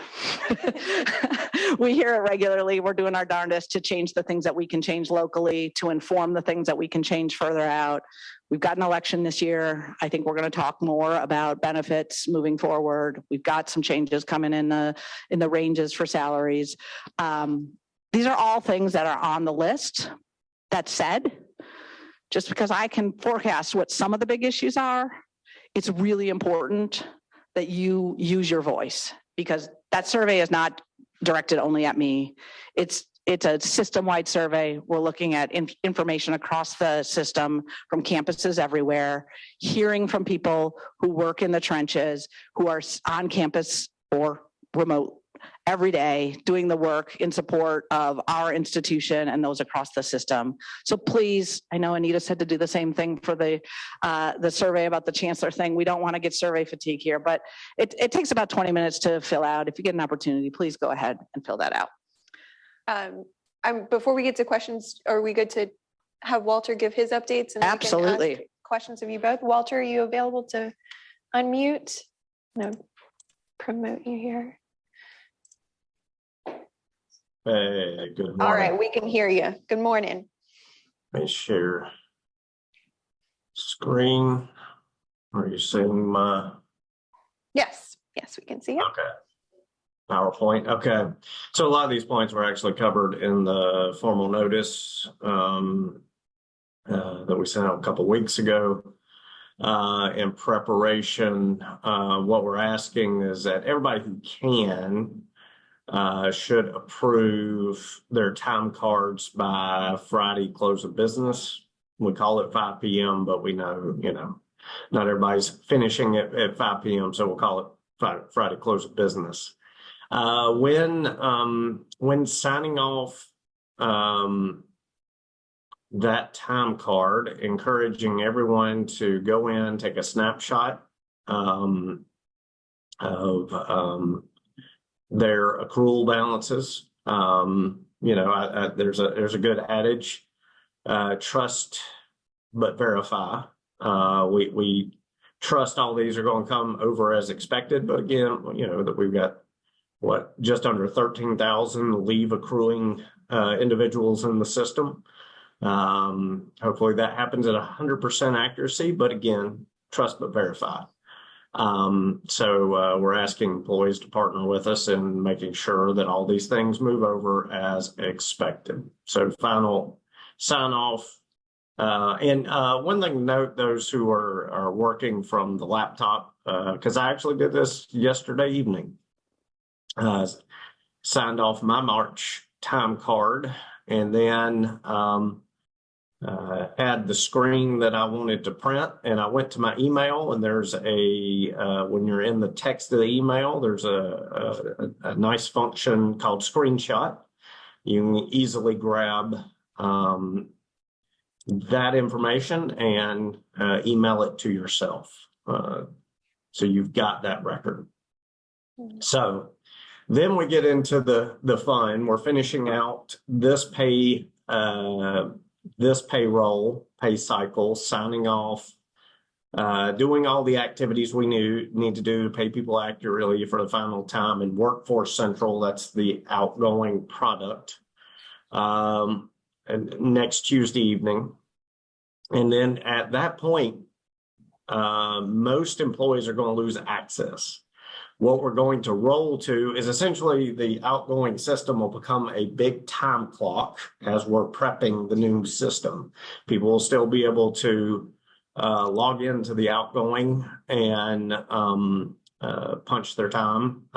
Clocks are actually should be have the smallest outage, but people should still be able to punch up till Thursday night. And then we're going to have to basically deactivate all access.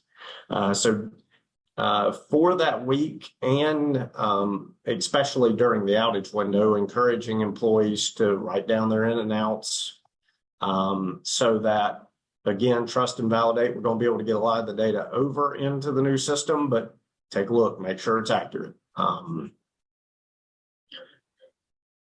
Yep. So, and anybody who is able to manually enter into their time card, this is going to be most FLSA exempt employees, whether on biweekly or monthly. Basically just wait till the updated system is live to enter time. For the capture employees, write it down and validate when it comes over. So looking at an outage for the clocks, about 3-ish hours. Time clocks will be down starting at Thursday, April 11th, about 6 p.m. and hopefully will be directed to the new system by 9 p.m. So hopefully that's a pretty tight outage. So though there may be employees who have access to a time clock, but they tend to punch from the computer. If you have access to that time clock, again, it's going to be the shortest outage. So go ahead, especially like Friday morning is probably going to be a pain point there. If you've got access to the time clock, go ahead and use it because at that time, it should be flowing to the updated system. We're hoping to have punches resuming as soon as Friday 1 o'clock. I'll admit there is a fairly aggressive schedule to get us through, so we will plan to message when that availability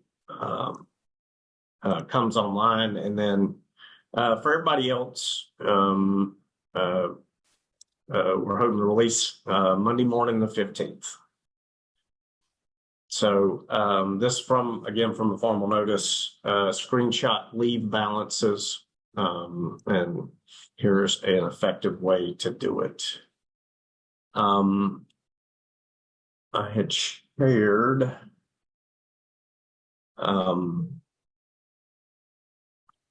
a sneak peek at the last time I visited, so I won't run through that. Training, CBTs, all that stuff should be available in the days leading up to the system update. So I did want to pause. I appreciated, I was in a meeting earlier and asked the question, what have people been hearing? And it sounded like kind of one of those, not hearing a lot, but I think a lot of people are kind of like, well, here it's coming, new system, updated system. It's going to be a little different look and feel, but for the most part, I think employees should intuitively understand how this new system works, because a lot of things are not changing. So I'm gonna hop into the chat and Q&A, see if there's any questions that I need to touch on. Any questions for Walter? I didn't see any in the chat related to Walter. I did see one for Becci, but any questions for Walter? So yeah, how to screenshot. Arlene? It's a computer question. Arlene, go ahead when you get the mic. This is not an entirely serious question. Why did y'all schedule the Tim admin training the same day as this meeting? Touche.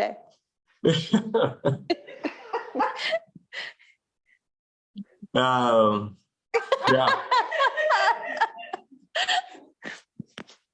So resharing the screenshot.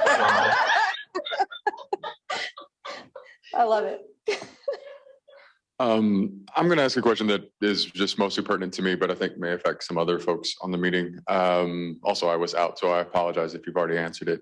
I've got some staff that will normally go off shift during the outage between the 11th and the 12th. They generally clock off around 12:30. Do you still want them to punch in and then write down out, and then I'll manually or have their supervisor manually adjust that afterwards? Or do you want me to not have them affect that shift at all so that there's not some confusion with a shift during the outage? Yeah, go ahead and punch the in and write down the out, hand off the out, and let you enter it. And there's just, as you can imagine, transitioning between two databases this size is not going to be perfect. So go ahead and punch the in, and we'll get it back into the system on the out, and then verify it looks as expected. Thank you. Excellent. Questions for Becci? I know we had one in the chat. It said, how will departments be informed of opportunities and options for new pay band increases if they become available? My department specifically has stated that they have not historically followed pay band updates, as employees have not been made aware of this in the past. This is frustrating that we as staff are not being paid the rate that we are marketable at. What options do we have as employees have besides leaving our positions and moving to other departments? It's a good question. Every unit has an HR representative that oversees, that's a representative of the larger area. And then there are HR reps that are HR council members below that. Somebody in your school or unit should be a participant in our regular updates. You should identify who that person is and then ask how they are interacting with your HR day-to-day person. Presumably they're in those meetings as well. We do some pretty regular checks to see where people are as units, and work with the units to sort of say, you've got some adjustments to make, that sort of thing. So I don't know, there haven't been all that many updates to bands for people to pay attention to historically. So perhaps the not paying attention is there haven't been, but we are going to work very hard to ensure that all of the HR reps and the folks in the units know about what the options are before them. Of course, the conversation you talked about earlier, resources are an issue.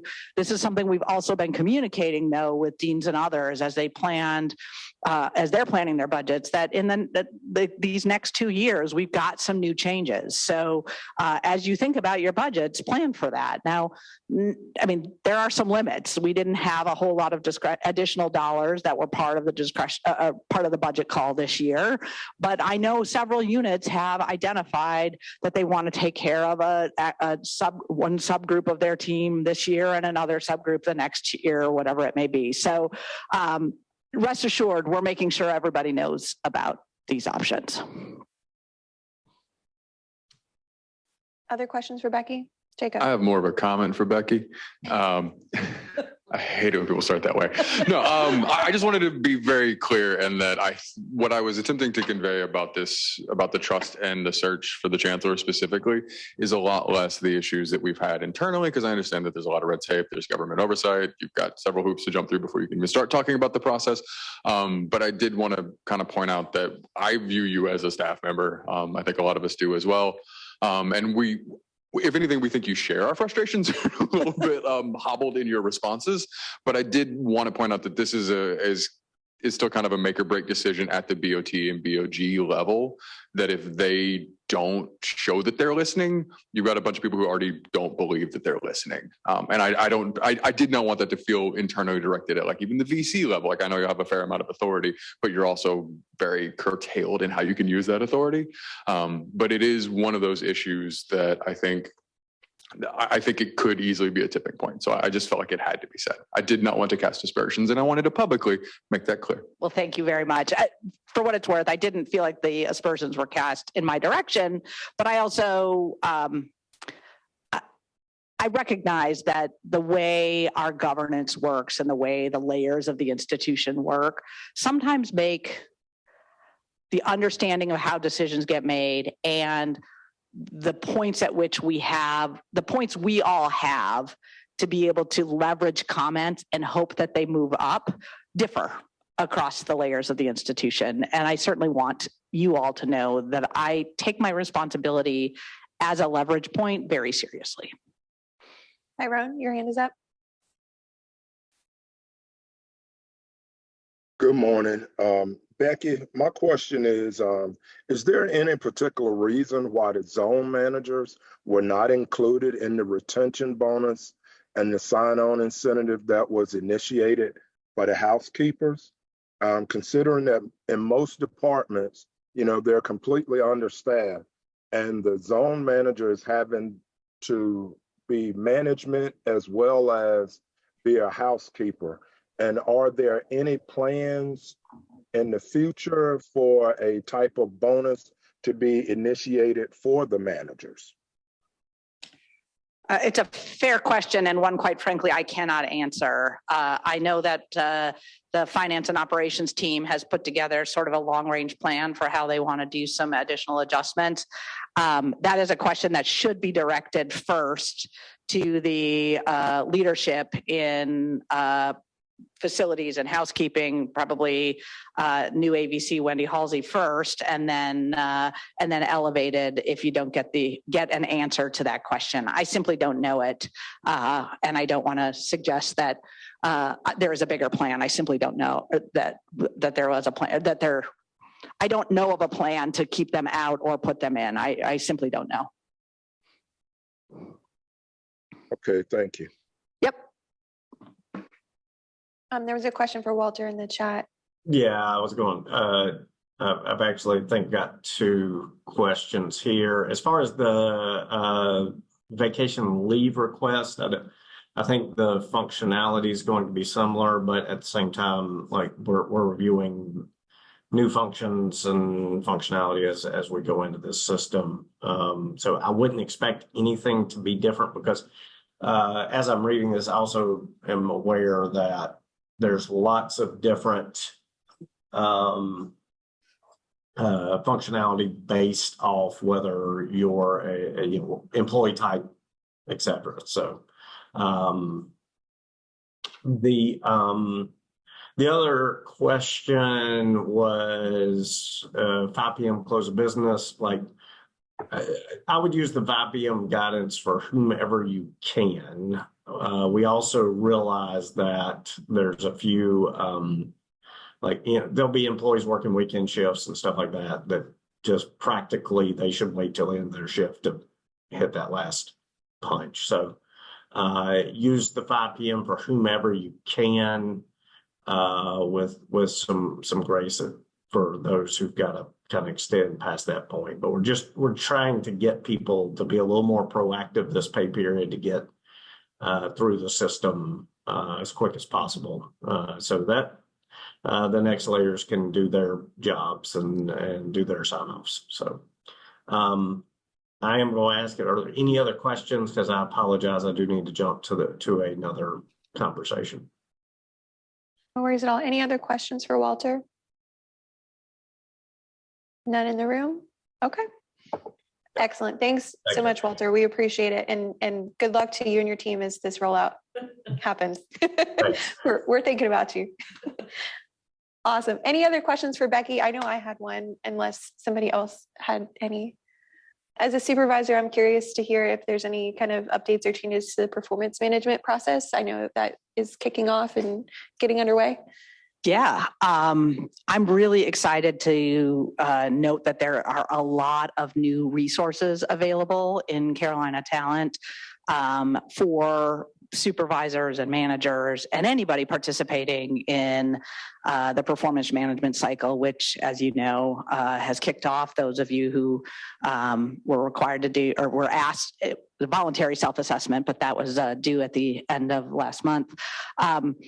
We really made a conscious effort. We've got a new leader in Oregon Professional Development. We've got some great team working on the performance management. We made a conscious effort to sort of have conversations that took this beyond Carolina Talent is a tool where you have to do your performance management to what does it mean to have a meaningful performance review? And how can you prepare? How do you write goals? How do you respond to those goals? How do you engage in a discussion that can lead to growth and better communication across the board? There's a whole bunch of tools there. I should know the site offhand. Link will probably put it in the chat because he's better at that than me. But the team did some phenomenal work. And I will say I heard a lot of people grumbling. I myself grumbled going through the system previously. It felt like we were doing a lot more because we were finally able to put everything in a tool to be able to talk about the tool, but we weren't really equipping either supervisors or employees about how to best use this experience, as opposed to having it be something you have to check off and another thing that has to be done by a certain date. So with any luck, you'll respond to that positively and people will have more meaningful conversations this year. I look forward to hearing from you about it. Any other questions for Becci before we turn to Jessica and amazing wellness updates? Hi, Katie. All right.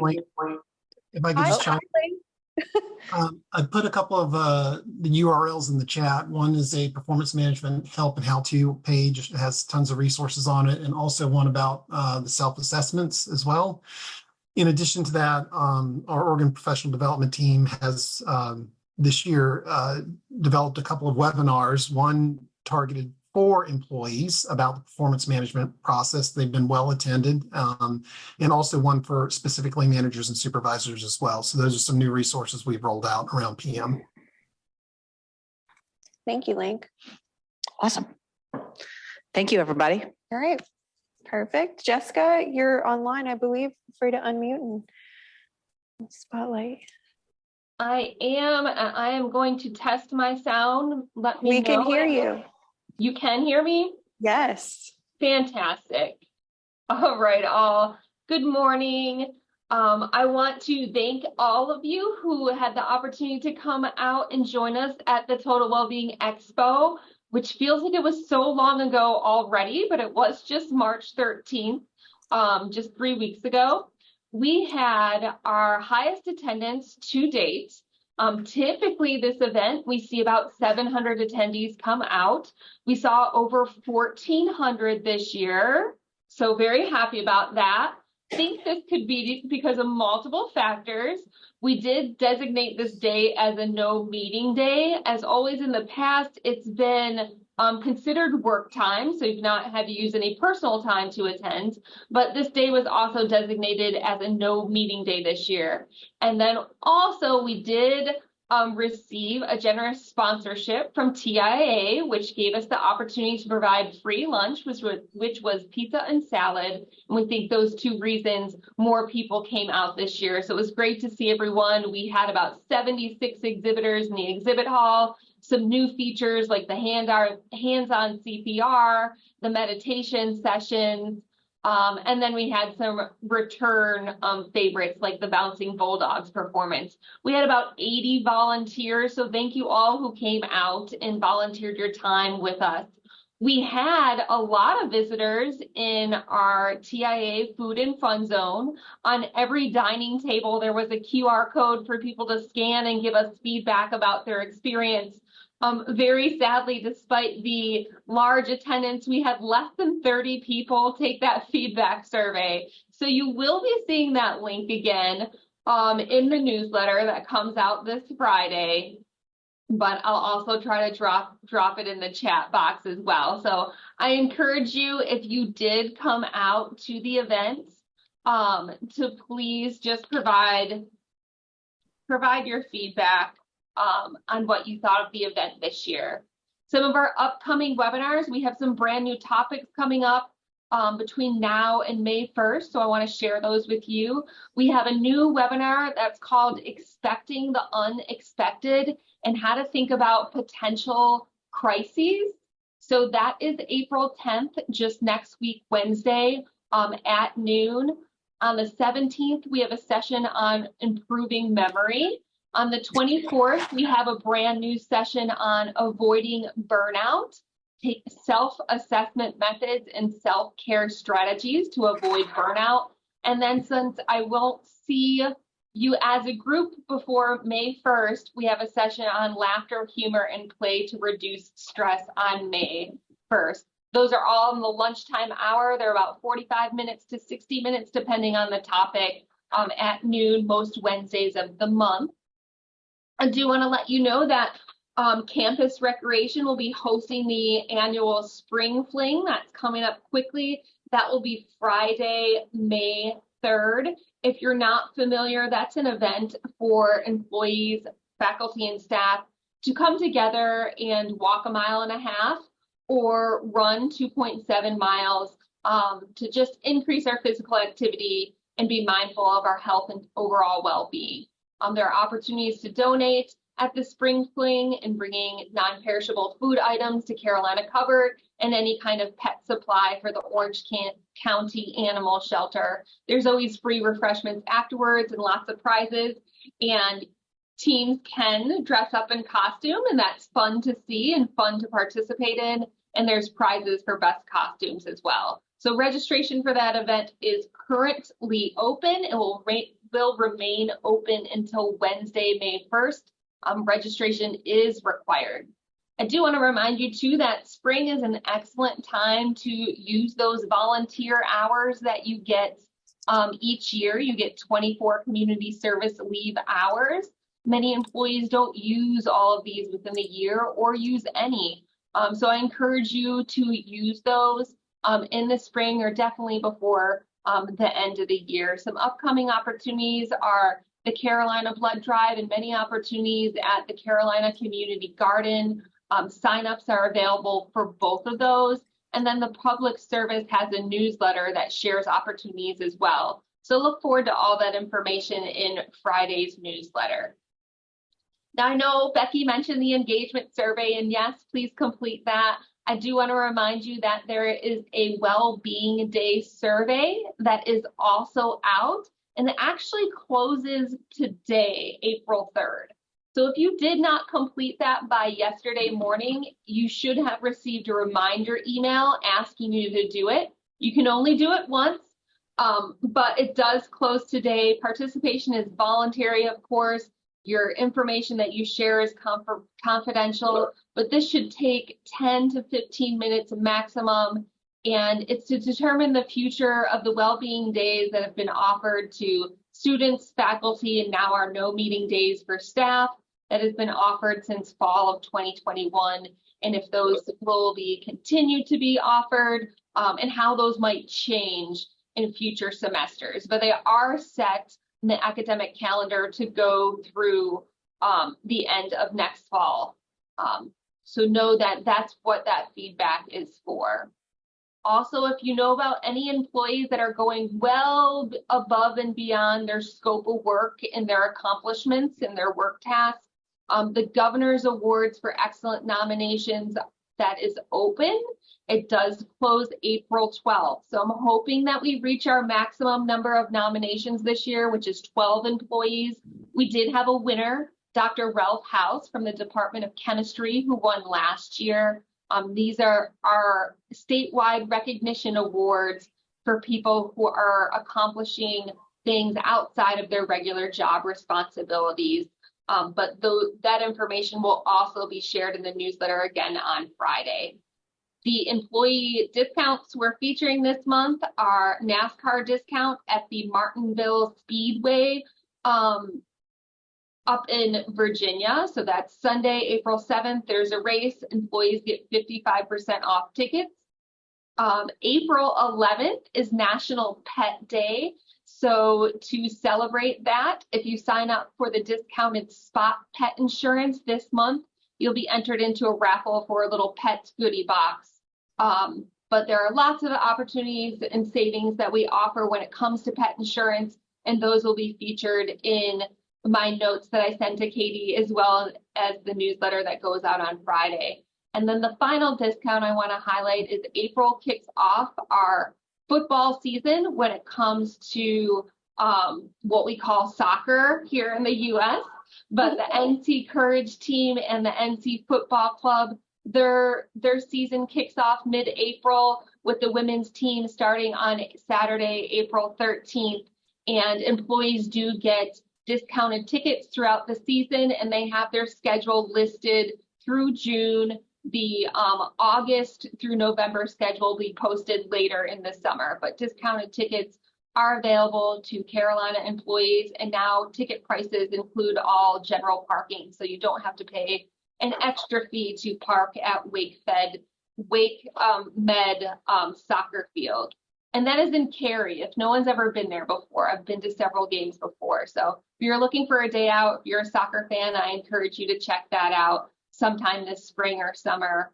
And right here, not far from Chapel Hill and Cary. So let me know if you have any questions. Questions for Jessica? Arlene? You may. Anywhere on the train ticket discount? No, I've looked into, I see, Arlene, that they changed the discount.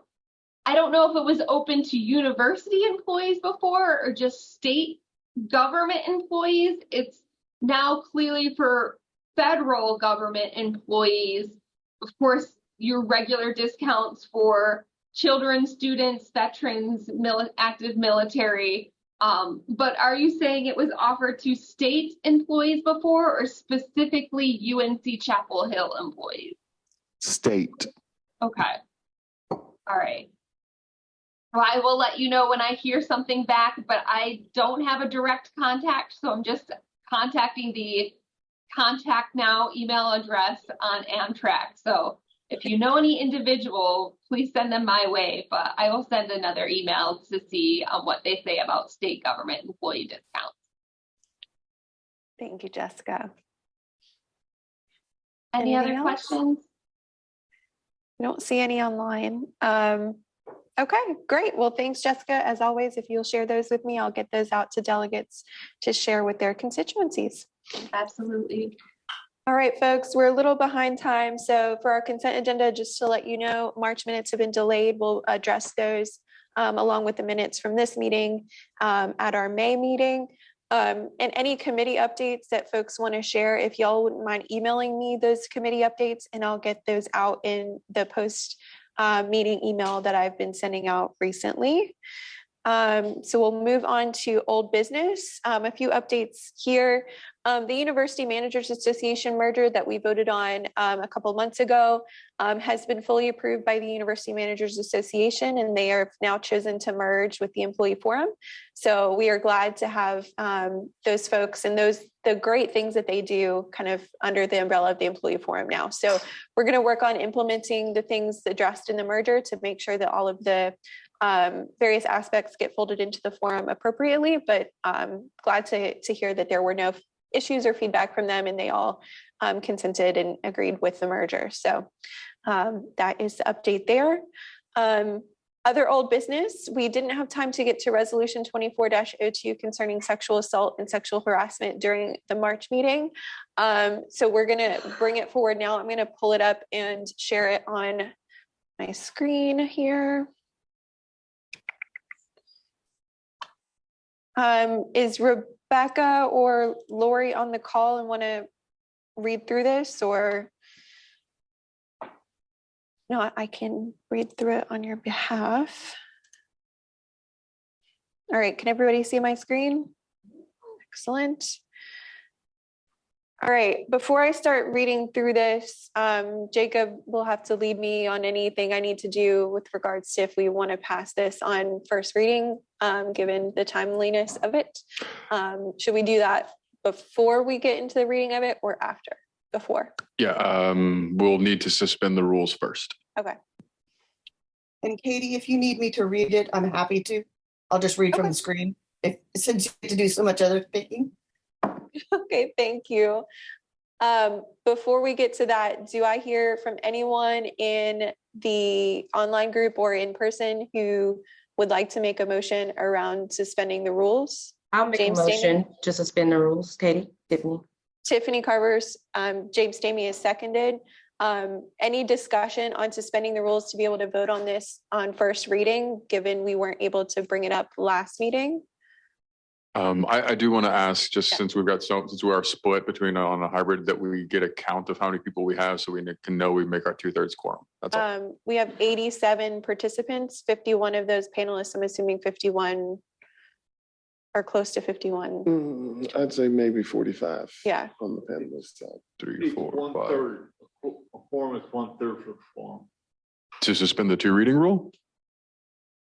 No, he's saying for the vote on, yeah. Yeah, no, I know. No, I know we have a quorum for the meeting. I meant to suspend the rule. We need to do a 2/3 vote to suspend it. Matt, if you, while we're talking about this, can you get a count for how many of the panelists online are employee forum delegates? Thank you. Any discussion on that? Otherwise, we're going to do a raise hand vote so I can count both in person and the folks online, given we need to have a 2/3 majority to accept this. All of those in favor of suspending the rules to vote on this on first reading, and give me a few minutes, raise your hand online and raise your hand in person.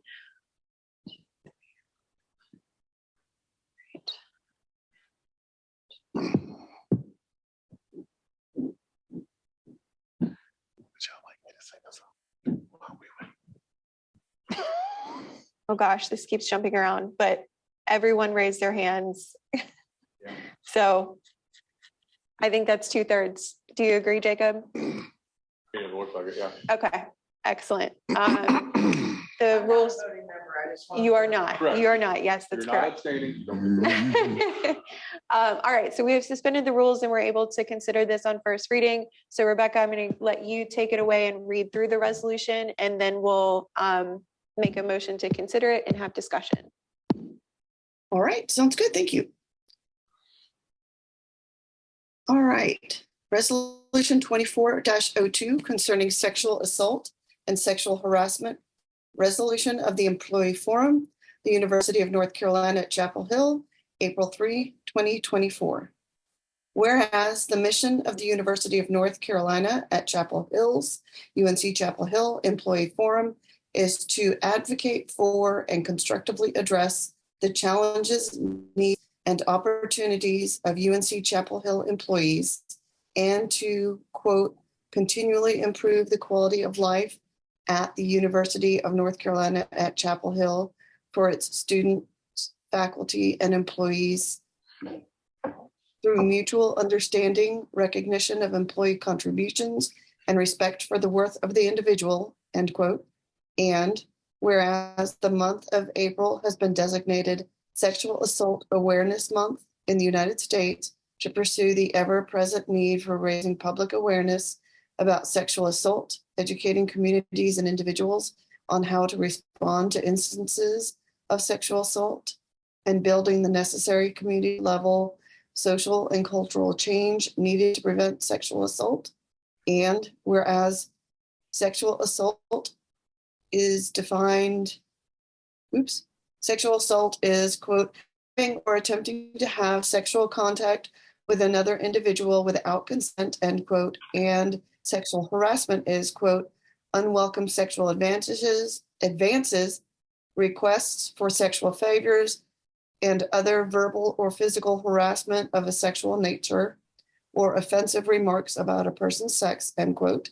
And whereas members of the UNC-Chapel Hill campus community are primary or secondary victims, survivors of sexual assault and sexual harassment.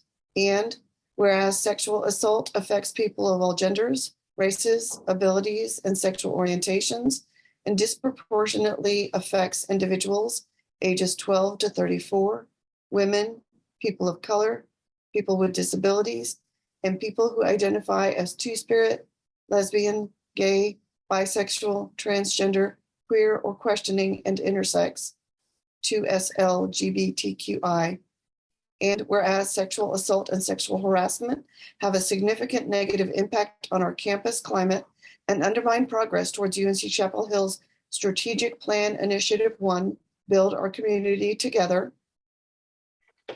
And whereas every member of our campus community is entitled to live, learn, and work in an environment that is inclusive and welcoming. And whereas the Employee Forum has declared by resolution in 2008, 2011, 2013, 2015, 2016, 2022, and 2023, its unequivocal support for the continued development of strong measures to prevent and respond appropriately to incidents of sexual assault and sexual harassment on our campus. Now, therefore, be it resolved that the Employee Forum reaffirms its commitment to a safe and inclusive campus community by annually recognizing April as Sexual Assault Awareness Month, strongly supporting campus, local, and state efforts to prevent violence in all its forms, and connecting victims, survivors of sexual assault and sexual harassment with support and resources. Be it further resolved that the Employee Forum petitions the Equal Opportunity and Compliance Office, the Office of Human Resources, the University Office of Diversity and Inclusion, Student Affairs, UNC-Chapel Hill Police, and University Administration to continue to hold and promote Sexual Assault Awareness Month events, support prevention efforts of the university, including the work of the violence prevention coordinators, the Gender-Based Violence Prevention Advisory Group, and the recommendations contained in the group's fall 2020 report. Support the work of the Gender Violence Services Coordinators and care for victims, survivors. Recommit to developing the Carolina Women's Center, including a potential redesign, increased funding, and additional staffing that meets the needs of the campus community. Assess the campus climate around issues of sexual assault and sexual harassment, including data collected through Clery Act reporting and cases filed with and investigated by the Equal Opportunity Office.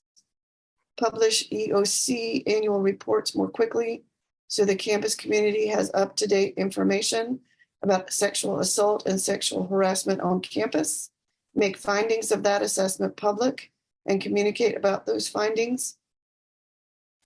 Incorporate community feedback to maintain and annually update the university's policies related to gender-based violence and harassment and related training modules, and hold the perpetrators of sexual assault and sexual harassment accountable.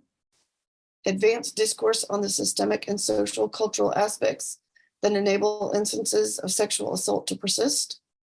On behalf of the delegates of the Employee Forum, Katie Musgrove, Chair. Excellent. Thank you, Rebecca, for reading through that. Discussion around Resolution 24-02 concerning sexual assault and sexual harassment. All right, we've got some raised hands. I'm going to promote some folks who are attendees to allow y'all to comment. Juan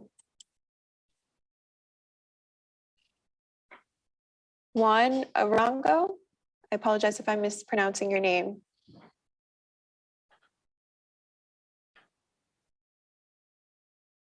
No, okay. Arlene Gordon King.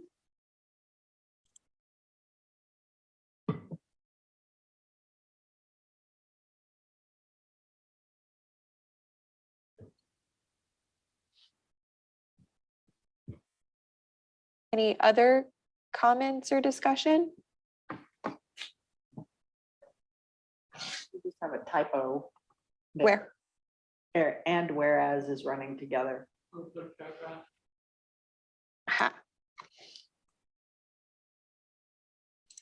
I'm going to fix some of the formatting things in this because there's some spacing issues further down too. All right, hearing no other discussion, all of those in favor, again, Employee Forum delegates only voting, please. Please raise your hand in the room. So technically still have to call the motion. Oh, got it. Do I hear a motion to approve resolution? I move to 24-02? Do I have a second? Second. Arlene seconds. All of those in favor of passing resolution 24-02 in person and online, please raise your hand and give us a minute to count.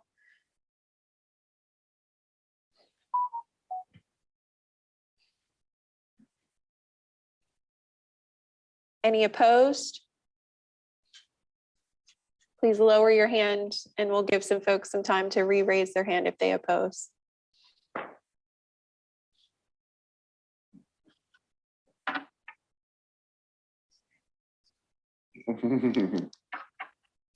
Any abstain? By my count, this passes. Excellent. Thank you, everybody, for all of your help developing this, and we appreciate the DEI committee's efforts there. Let's stop sharing my screen. All right, back to my agenda. That does it for old business. New business, I wanted to kind of give everyone a brief rundown of the delegate and officer elections and where we're at with all of that. So delegate elections are underway. Right now, supervisor letters will go out to folks who are running for election this year. They should go out from the chancellor sometime today. So supervisors will have a chance to respond and approve service of their employees who are running for a delegate position this year. We'll be behind the scenes developing the ballots for each division, which should go out April 15th, and folks will have from April 15th to the 17th to vote for our delegates for this coming year. We've got a great pool of folks running. I think, is it 42, Matt? I can't remember the exact number.